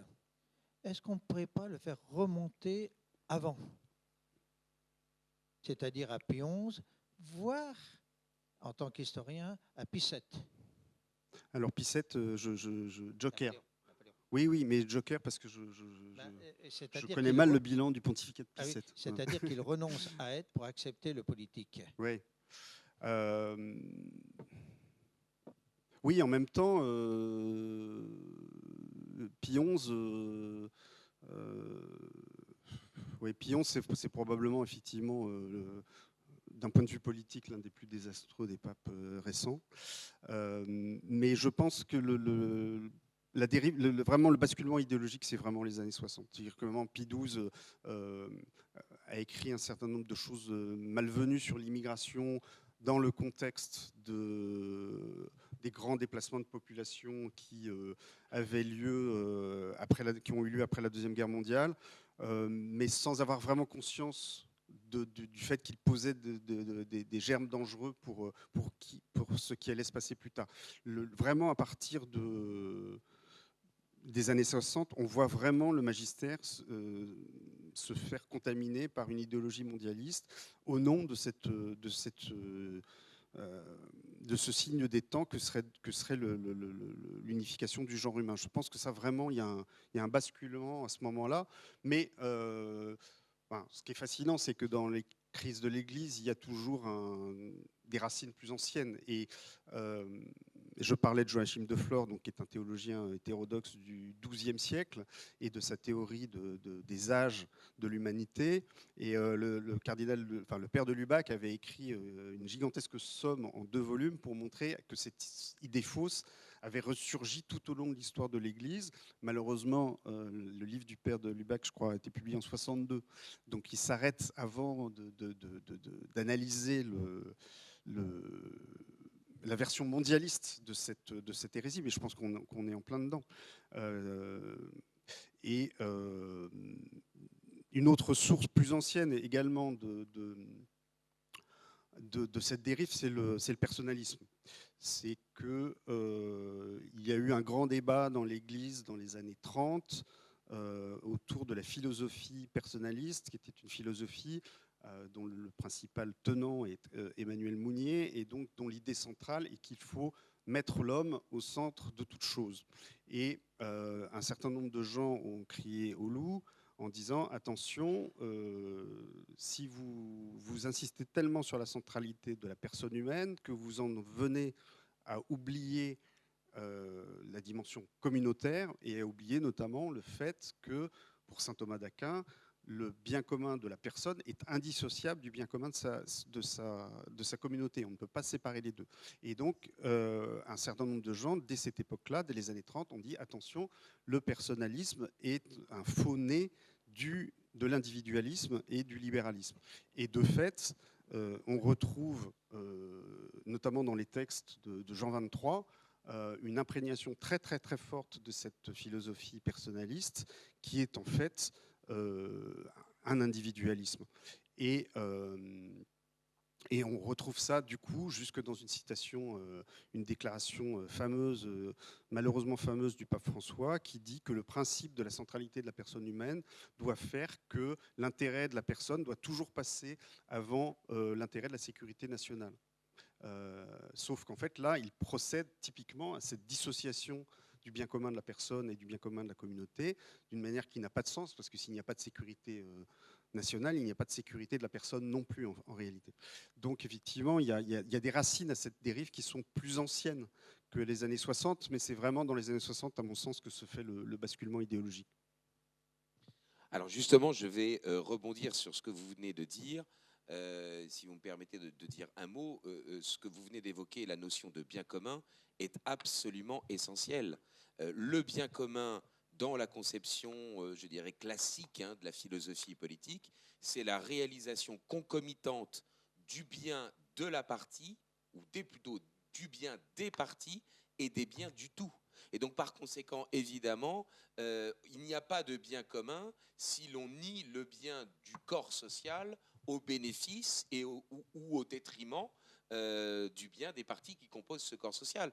Et ça peut marcher aussi au niveau mondial. On pourrait parfaitement envisager de dire qu'il pourrait y avoir peut-être de manière prudente l'identification d'un bien commun de l'humanité, mais le bien commun de l'humanité, il ne serait réalisé que si les corps sociaux qui composent l'humanité seraient effectivement préservés eux aussi, puisqu'ils sont les parties du corps social. Et ça, c'est absolument essentiel dans votre ouvrage. Oui, c'est essentiel, et puis c'est très concret. C'est-à-dire que c'est un problème qui peut paraître être un problème simplement de philosophie politique, mais qui a des conséquences très concrètes, parce que, par exemple, cet oubli de la dimension communautaire du bien commun est très précisément ce qui empêche l'Église aujourd'hui, globalement, de penser les conséquences collectives des migrations de masse.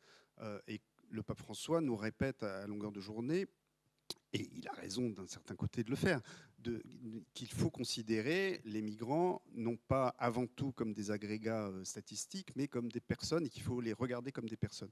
Évidemment, il faut les regarder comme des personnes.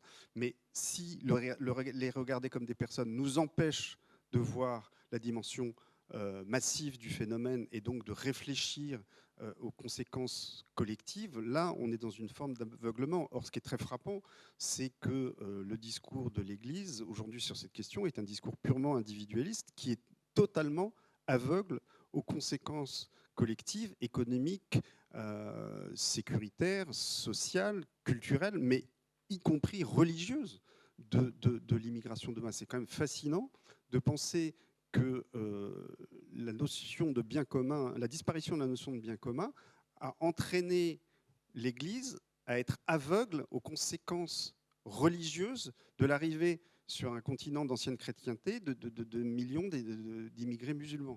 Il y a quelque chose de vertigineux dans cette histoire. Je pense que les auditeurs, le public, doit bien se rendre compte que ce que vous avez présenté dans votre exposé, ce n'est pas la totalité du livre qui a été synthétisé, c'est le cœur de la démonstration, mais qu'il y a bien d'autres éléments que vous évoquez. Je ne le fais que le dire comme ça en passant. L'homme dénaturé, l'homme déraciné, il est évidemment à mettre en parallèle avec l'homme dénaturé qu'on essaye de nous vendre aujourd'hui, c'est-à-dire l'homme qui n'a plus de nature ontologique, mais qui essaye de se construire et de se reconstruire en fonction, je dirais, de ses appétits, notamment sexuels. Et je crois que c'est extrêmement important de bien comprendre que votre analyse, elle s'inscrit dans un ensemble sociologique et politique bien plus large, qui est que c'est évidemment la nature de l'homme qui est en jeu, un homme qui est bien sûr une âme, mais qui est aussi un corps, et que c'est la combinaison des deux qui, semble-t-il, fait peut-être défaut dans l'analyse des phénomènes que vous décrivez. C'est pour ça que j'ai beaucoup insisté, et j'insiste beaucoup dans mon livre, sur la notion d'identité, c'est-à-dire qu'on ne comprend rien, on ne peut pas comprendre aujourd'hui l'ostracisme qui est porté sur la notion de frontière ou sur la notion d'identité nationale, si on les sépare par exemple, du transhumanisme ou de la théorie du genre. C'est-à-dire que c'est des phénomènes qui sont exactement de même nature. C'est le rejet de l'identité naturelle au profit des identités choisies, fluctuantes, toujours changeantes, construites, déconstruites, reconstruites à plaisir, suivant ses caprices. Tout ça est comment dire, la manifestation sur des plans différents d'une même révolution philosophique et anthropologique. Oui, moi je crois que c'est très important. Enfin, moi, en tout cas, ça m'a véritablement intéressé. Et je crois que la tentation de construire et de reconstruire l'homme dans le transhumanisme ou la théorie du genre, c'est la conséquence, ou disons, c'est l'application à l'homme de la théorie du contrat social des XVIIe et XVIIIe siècles. Or, il me semble que si on veut répondre un peu à la question de Reynald sur qu'est-ce qui est à l'origine de cette dérive de l'universalisme vers le mondialisme et disons vers une version moderne du cosmopolitisme, pour ma part, moi, je vois trois essentielles, sources à cela. Moi, j'y vois le nominalisme, ça, je crois que c'est assez facile de le comprendre, dans le sens où s'ils ne sont véritablement réels que les êtres singuliers, que ceux qui ont un nom, et que les êtres collectifs ne sont que des abstractions, hein, évidemment, dans ce cas-là, les corps sociaux n'ont plus véritablement de légitimité. Je crois qu'il y a une deuxième cause, évidemment, c'est le contractualisme social, avec sans aucun doute un soubassement dans la seconde scolastique espagnole. Mais bon, ça, j'avoue que ça nous mènerait loin si on avait à développer. Et puis, vous l'avez évoqué, et je crois que c'est absolument essentiel, la question de la relation de la grâce et de la nature. Or, il y a, me semble-t-il, un coupable. Alors vous allez dire que c'est l'apprenti thomiste ou le défenseur du thomisme qui le dit. Il y a un coupable là-dedans, c'est l'augustinisme politique. C'est-à-dire tous ceux qui partent de la pensée de saint Augustin pour l'exacerber, peut-être même pour la dénaturer, pour la déformer, et pour dire que sous prétexte que la grâce est supérieure à la nature, eh bien dans ce cas-là, eh bien la morale peut absorber ou du moins rendre inutile le droit. Donc le fait d'être un homme juste aux yeux de Dieu rend inutile de rendre la justice juridique ou judiciaire, si j'ose dire. Et c'est exactement ce mécanisme-là, me semble-t-il, qu'il y a dans la dérive de l'universalisme vers le mondialisme, la négation des corps sociaux, ou du moins les corps sociaux ne seraient que des constructions qui pourraient être faites et refaites et dont l'identité pourrait être modifiée. Il n'y aurait pas d'identité historique ou ontologique, il y aurait une identité qui ne serait que le résultat de la somme des identités particulières qui seraient présentes à un moment donné sur un territoire. Et puis l'autre chose, c'est le fait de dire que dans le fond, eh bien, on peut se passer du rendre à chacun son dû, de la justice classique du suum cuique tribuere, pour eh bien, finalement avoir simplement une attitude juste à l'égard de son prochain. Seulement, le problème, c'est que la vie sociale, ça n'est pas que la relation que l'on a au prochain. Les différentes relations d'altérité que nous entretenons, elles sont des relations familiales, professionnelles, politiques, et pas uniquement des relations morales. Or, de réduire la relation à l'autre à une relation morale, ça c'est l'augustinisme politique, et il me semble que ça c'est une des causes lointaines de l'évolution que vous décrivez, que vous analysez pour l'époque contemporaine.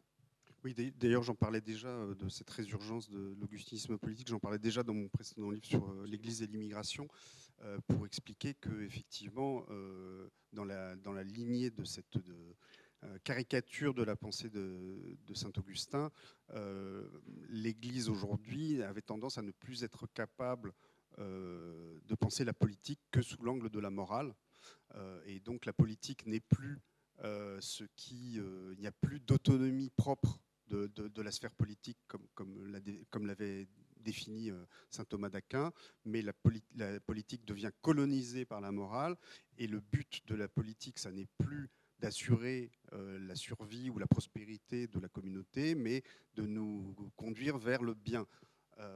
Et donc là, je pense qu'effectivement, avec ces positions de l'Église sur l'immigration, on est en plein dans ce confusionnisme-là, parce que effectivement, on voit bien que la question de la survie des communautés politiques a complètement disparu de l'horizon. Sur la question de la nature et de la grâce, il y a aussi un aspect qui me paraît important, c'est qu'en fait, il y a aujourd'hui cet oubli également dans l'Église de la doctrine de saint Thomas sur la nature et la grâce, qui fait qu'il y a un certain mépris de la nature.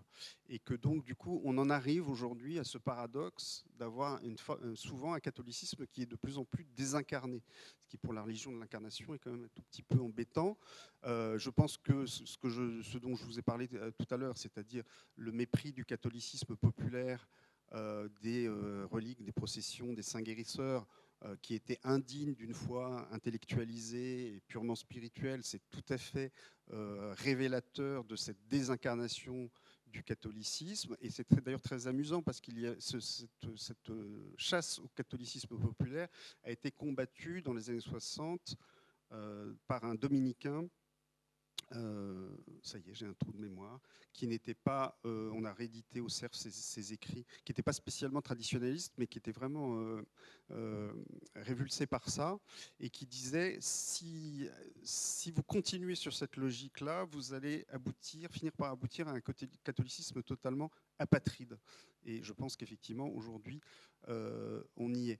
Et cette désincarnation, à mon avis, on en a vu aussi un exemple assez frappant au moment de la crise du Covid, quand un certain clergé a devancé les demandes gouvernementales pour supprimer les messes, que certains jeunes catholiques se sont mobilisés pour dire non, pour nous la messe c'est quelque chose d'essentiel, donc rendez-nous la messe le plus vite possible, et que ces jeunes catholiques se sont fait crosser, y compris par un cardinal de la Curie qui a expliqué que c'était de l'analphabétisme spirituel, parce que quand on était un vrai chrétien, on pouvait être en ligne directe avec Dieu et on n'avait pas besoin des sacrements et des rites. Et donc là, je pense qu'effectivement, c'est tout à fait significatif d'un catholicisme désincarné, et un catholicisme désincarné ne peut que tourner le dos au patriotisme, malheureusement. Pardon d'ajouter un mot, c'est promis, je te passe la parole, Rénal. J'ai une question à poser. Oui, juste mais là. Juste pour ajouter un mot, c'est quand vous disiez l'analyse de l'articulation de l'Église et de l'État, ou du moins du religieux et du politique, tel que saint Thomas l'a développé, tel que le Christ aussi l'a dit, dans rendre à César ce qui revient à César. C'est-à-dire qu'il ne faut évidemment pas rendre à César ce qui ne lui revient pas, mais il y a bien des choses qui sont de la compétence de l'État et qui ne sont pas de la compétence de l'Église. Alors, je ne veux pas vous relancer sur une question pour ne pas embêter Reynald, mais il y a, me semble-t-il, dans ce que vous évoquez ici, peut-être une tendance, je dirais, à une forme de sacerdotalisme, c'est-à-dire à une Église qui va au-delà de son domaine de compétence et qui intervient dans un domaine politique qui n'est a priori pas de son domaine de prédilection et de légitime compétence. Mais vas-y, oui, juste en un mot, pour dire qu'effectivement, c'est une conséquence tout à fait logique de ce basculement de l'eschatologie vers l'espérance politique. C'est dans la même ligne. Tu dis quelque chose qui m'a bouleversé, puisque tu constates, ce que nous constatons tous, que l'Église joue plus un rôle d'ONG à l'heure actuelle que, je reprends ton expression. Oui. Hein. Bon. Je vais te poser une question que tu n'abordes pas. Mm-hmm. L'Église et les sacrements, l'Église et la messe, quel est le futur ? La difficulté, c'est qu'effectivement, on voit bien que dans un certain clergé, il y a une tentation d'opposer la foi et la religion. C'est ce que manifestait cette hostilité vis-à-vis des jeunes catholiques qui réclamaient la messe. C'est-à-dire que finalement, votre religion est superficielle si vous avez vraiment tant besoin que ça des sacrements et si elle ne peut pas s'en passer. Je crois que c'est l'idée fondamentale qu'il y a derrière ça, qui est une idée qui est tout sauf catholique. Donc il y a effectivement cette idée que un attachement trop grand au rite, à la liturgie, au sacrement, serait une preuve de superficialité spirituelle. Dieu merci, je crois que c'est une idée d'arrière-garde, c'est une idée très 70s, si je puis dire, qui malheureusement reste, les idéologies 70s restent assez présentes dans les sommets de la hiérarchie. Je ne vous dirai pas jusqu'à quel niveau, mais me paraissent de plus en plus étrangères aux jeunes clergés et aux jeunes fidèles. Donc je pense que ce sont des idéologies, une conception de la religion qui est extrêmement néfaste et extrêmement dangereuse pour la foi, mais qui mène un combat d'arrière-garde et qui est condamné à disparaître démographiquement parce que on voit bien que le jeune clergé et les jeunes catholiques, au contraire, sont très très très attachés à la liturgie et ont compris profondément le message de Benoît XVI sur l'importance de la liturgie pour la vie spirituelle. Est-ce qu'on pose une dernière petite question avant qu'on ne passe la parole à la salle? Moi, j'en aurais une, et puis chacun une si tu le veux. Bon.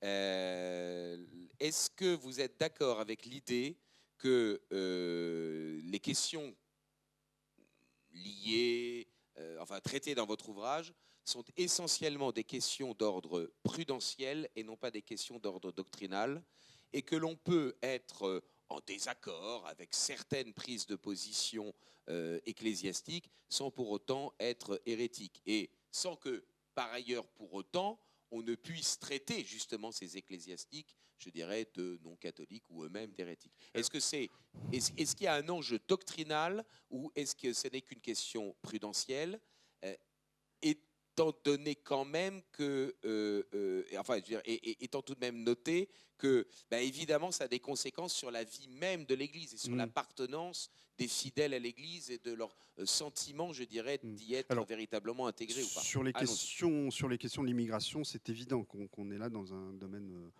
politique sur lequel le pape et les évêques n'ont pas d'autorité particulière ni de compétences particulières et sur lequel nous ne sommes pas tenus, nous sommes tenus au respect, mais pas à l'obéissance, et en tout cas nous avons un devoir de discussion et de débat. Sur la question de l'universalisme et du mondialisme, c'est plus délicat parce que ça touche quand même, pour moi, à l'essence même de ce qu'est l'universalisme. Ceci étant, la difficulté, et vous le verrez, je pense, pour ceux qui liront mon livre, je le dis assez clairement, c'est qu'en fait, on n'est pas dans le domaine où on n'est pas dans une situation où la doctrine ancienne aurait été totalement répudiée et remplacée par une nouvelle. On est vraiment dans le domaine d'un champ où le bon grain se mêle à l'ivraie, et donc il s'agit plus de lever des ambiguïtés que de contester un magistère. Voilà. Et en fait, moi, je considère que, d'abord, je m'appuie sur le droit canon qui reconnaît aux fidèles le droit et le devoir même de discuter le discours de l'Église quand dans son champ de compétences. Et puis je pense qu'en fait, voilà, il s'agit moins d'une contestation ou d'une critique de l'Église que d'un processus consistant à l'aider elle-même à faire le ménage dans le champ de la doctrine. Voilà. Bien. Alors, vous savez que je suis complètement bigleux, donc en plus j'ai les spots dans la figure, donc du coup c'est Reynald qui est.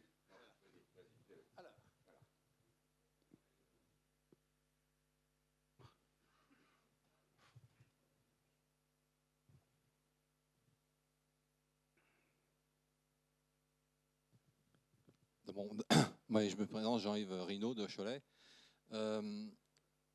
Je vous remercie, Monsieur Andrieux, pour votre intervention. J'ai été un peu estomaqué et puis je me suis surpris.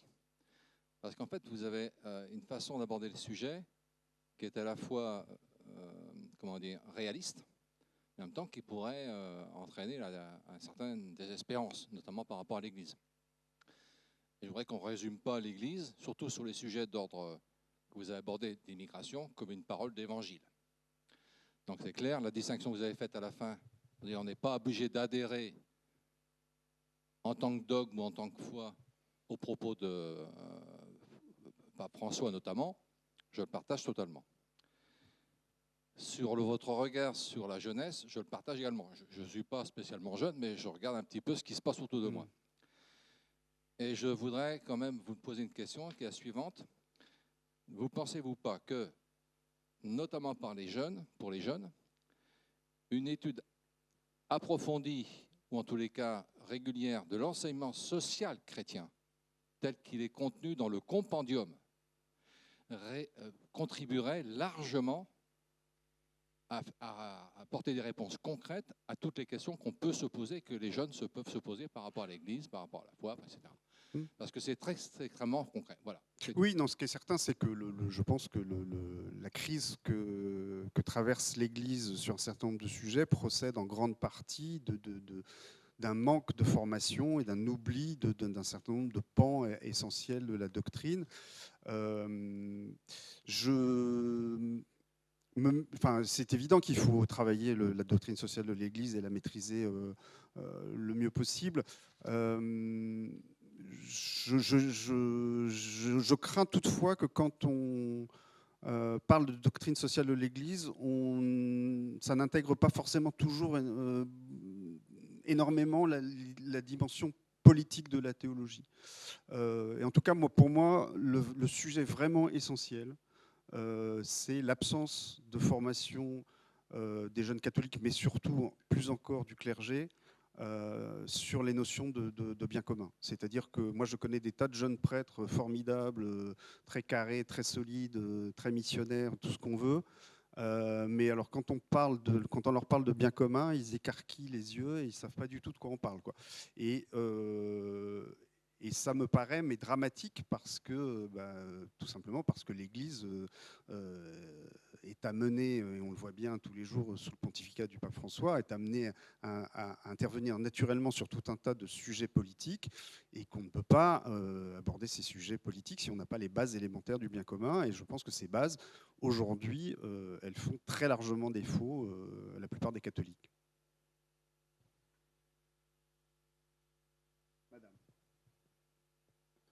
Je vous remercie, monsieur, pour votre conférence. Vous n'avez utilisé qu'une seule fois le mot identitaire ou identité au cours de cette conférence. Je me demandais si vous le dissociez de l'enracinement national.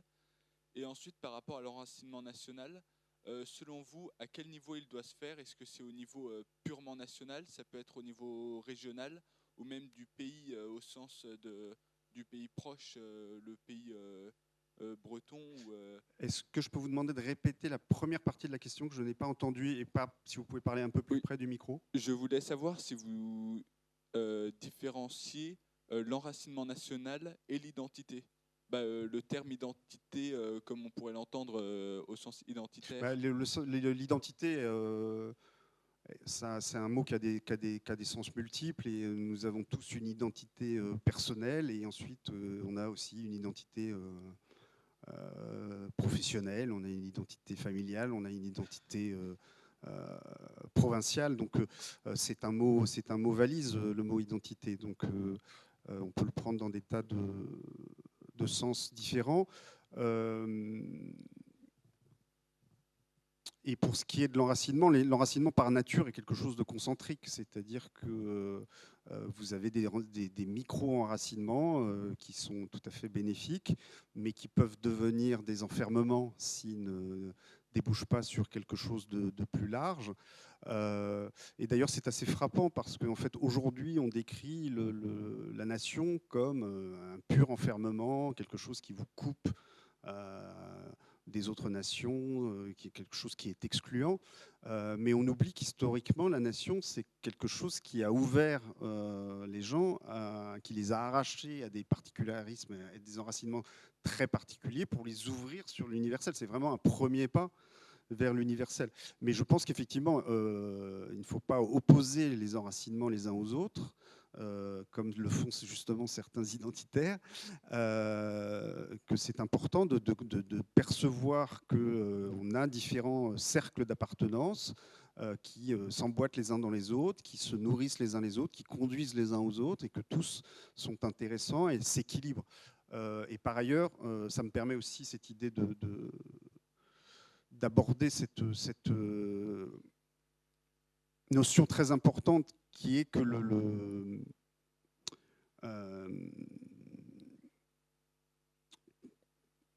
non, pardon, j'ai un trou, et donc j'étais parti pour dire quelque chose de très intéressant, et j'ai complètement oublié quoi. Donc on va donner le micro à madame, et pendant ce temps, je vais me rappeler ce que j'avais l'intention. Bon, j'espère que vous allez retrouver ce que vous vouliez dire. Bon, moi, je suis Rolande Dogmar de Saint-Gilles-Croix-de-Vie. Vous entendez, non? Oui, oui. Alors, à la suite bon, je souscris assez grandement à ce que vous avez dit. Je crois que vous avez très bien décrit la situation. Il faut aller même jusqu'à aujourd'hui, on vit une totale inversion des valeurs. Et c'est ça qui va nous mener ou au drame ou à la résurrection, si je peux employer ce mot-là. Donc, si je vous résume bien, en fait, c'est l'Église qui s'est tiré une balle dans le pied.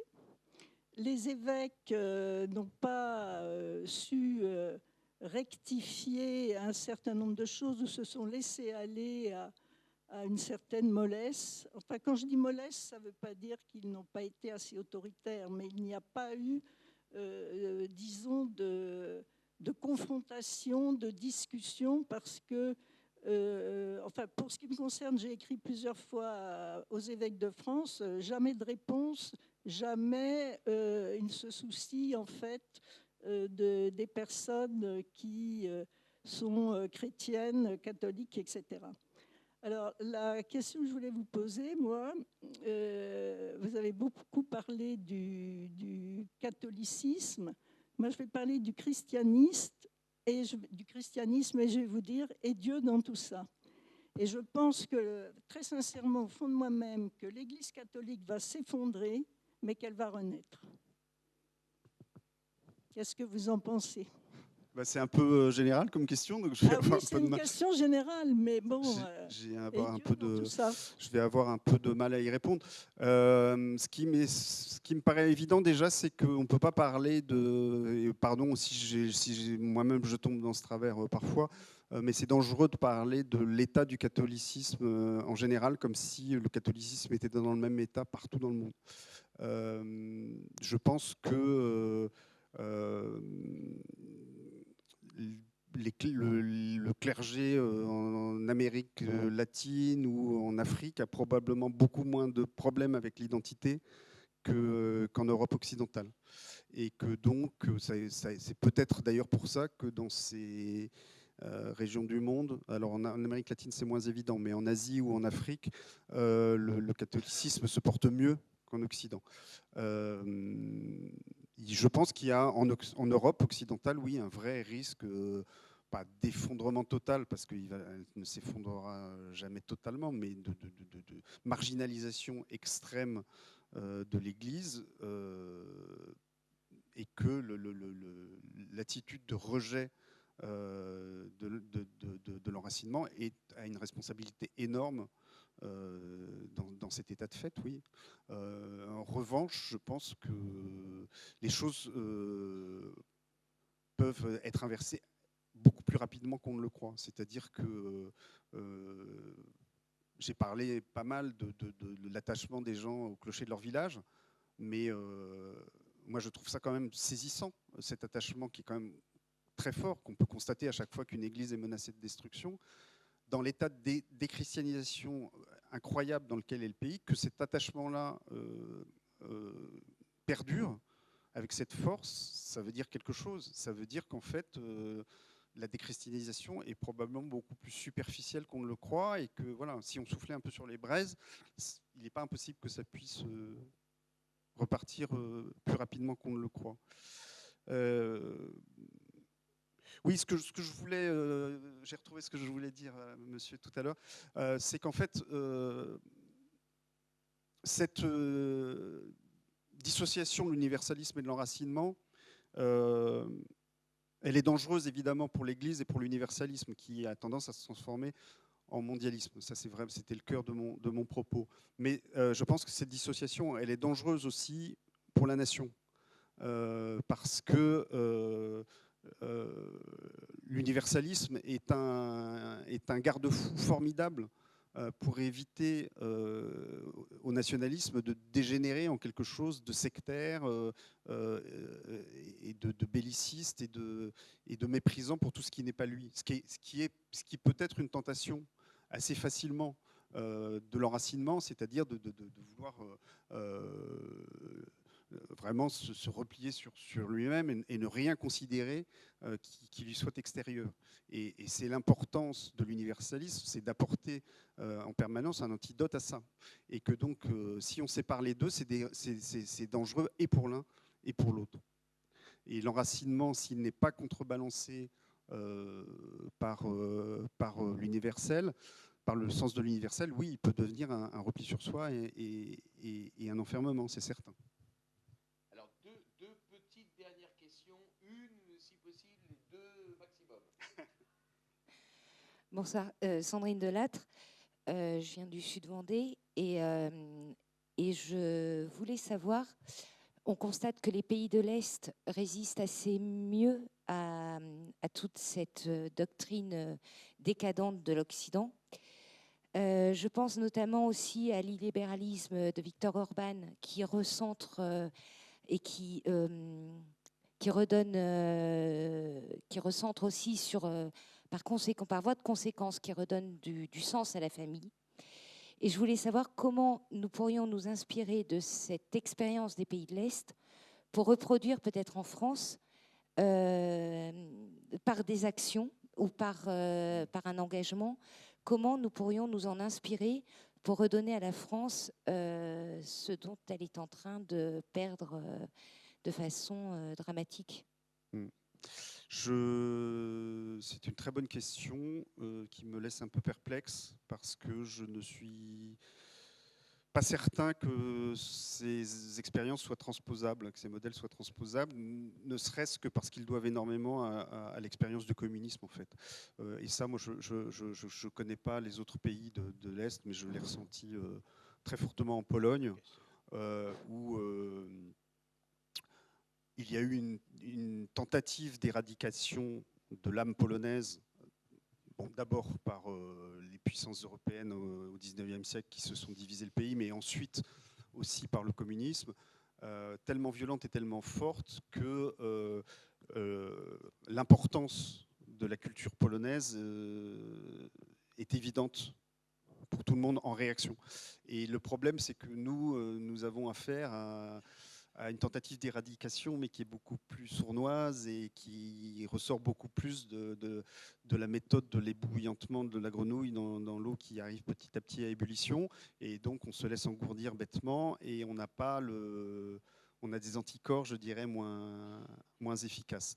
Voilà. Après, je pense que le levier vraiment, la clé de tout, c'est la culture. C'est-à-dire que il faut réussir à faire comprendre à nos compatriotes, y compris non chrétiens, que la défense de notre culture, ce n'est pas une défense d'un précaré, c'est la condition même de la survie de la civilisation et donc le seul moyen d'échapper à la barbarie qui vient. Et ça, je pense qu'il y a une prise de conscience qui est en train de s'effectuer de ce point de vue-là, un peu tardive, sous l'effet de la barbarie, justement. Mais je pense que voilà, c'est sous l'angle de la culture qu'on va arriver à susciter une réaction que j'espère énergique. Ah, il y a une dernière question. Allez, la dernière. Bonsoir Monsieur Nandrieux, merci beaucoup pour votre conférence très intéressante. Alors, je vais essayer d'être synthétique dans mes questions, parce que j'ai plusieurs questions. Ah, zut. J'ai une observation. En parlant de la politique de Pie XI, il faudrait aussi citer le ralliement, la politique du ralliement de Léon XIII qui a été désastreuse pour l'Église de France. Et je pense que la politique de Pie XI procède directement de celle de Léon XIII. Alors, ma première question, c'était... vous avez soulevé quelque chose de très intéressant, Monsieur Bernard, c'est le fait de dire que finalement la papauté, en voulant s'immiscer dans le politique, finalement renoue un petit peu avec sa tradition, d'une certaine manière, au Moyen-Âge, avec la dérive césaropapiste de certains papes dans leur bras de fer contre le Saint-Empire romain germanique.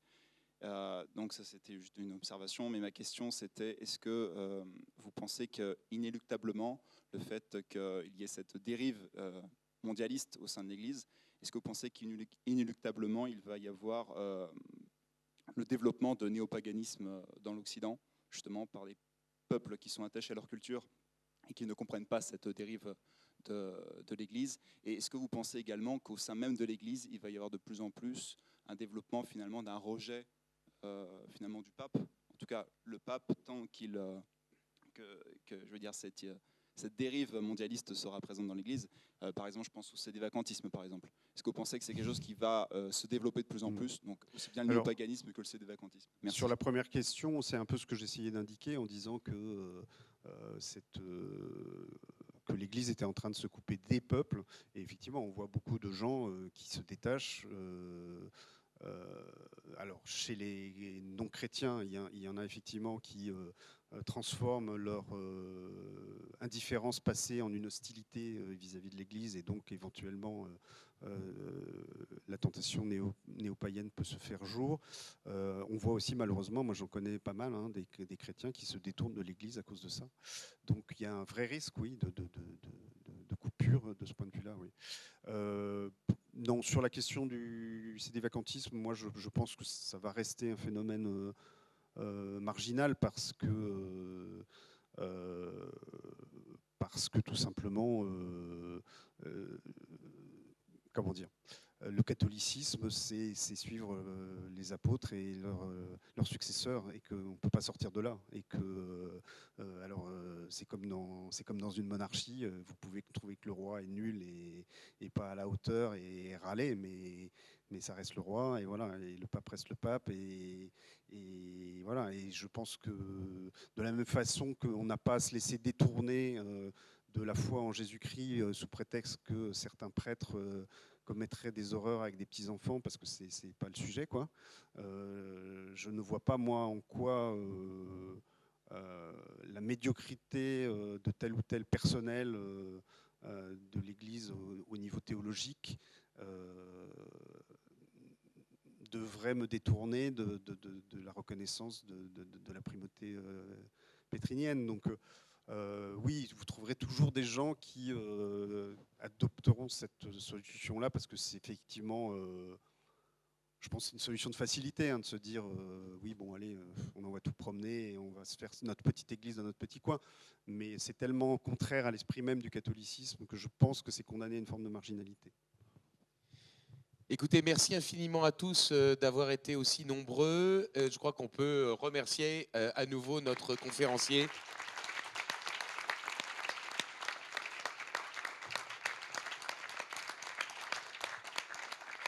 Et écoutez, si tout va bien, vous avez la possibilité d'acquérir l'ouvrage et de vous le faire dédicacer en haut des escaliers, dans le hall devant la salle.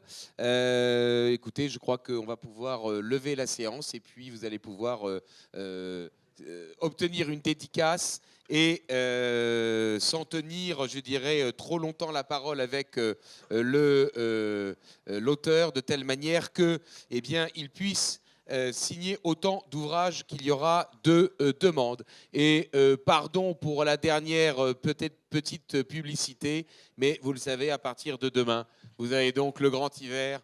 O'Hara. Et donc, je me permets d'en faire à nouveau la promotion. Peut-être y aura-t-il des jeunes qui distribuent quelques tracts sur ce spectacle et vous aurez donc tous les renseignements dessus. Merci à tous d'être venus. Je crois qu'on a passé une excellente soirée et passionnante quant à son contenu. Et à tout de suite, n'est-ce pas, pour la signature.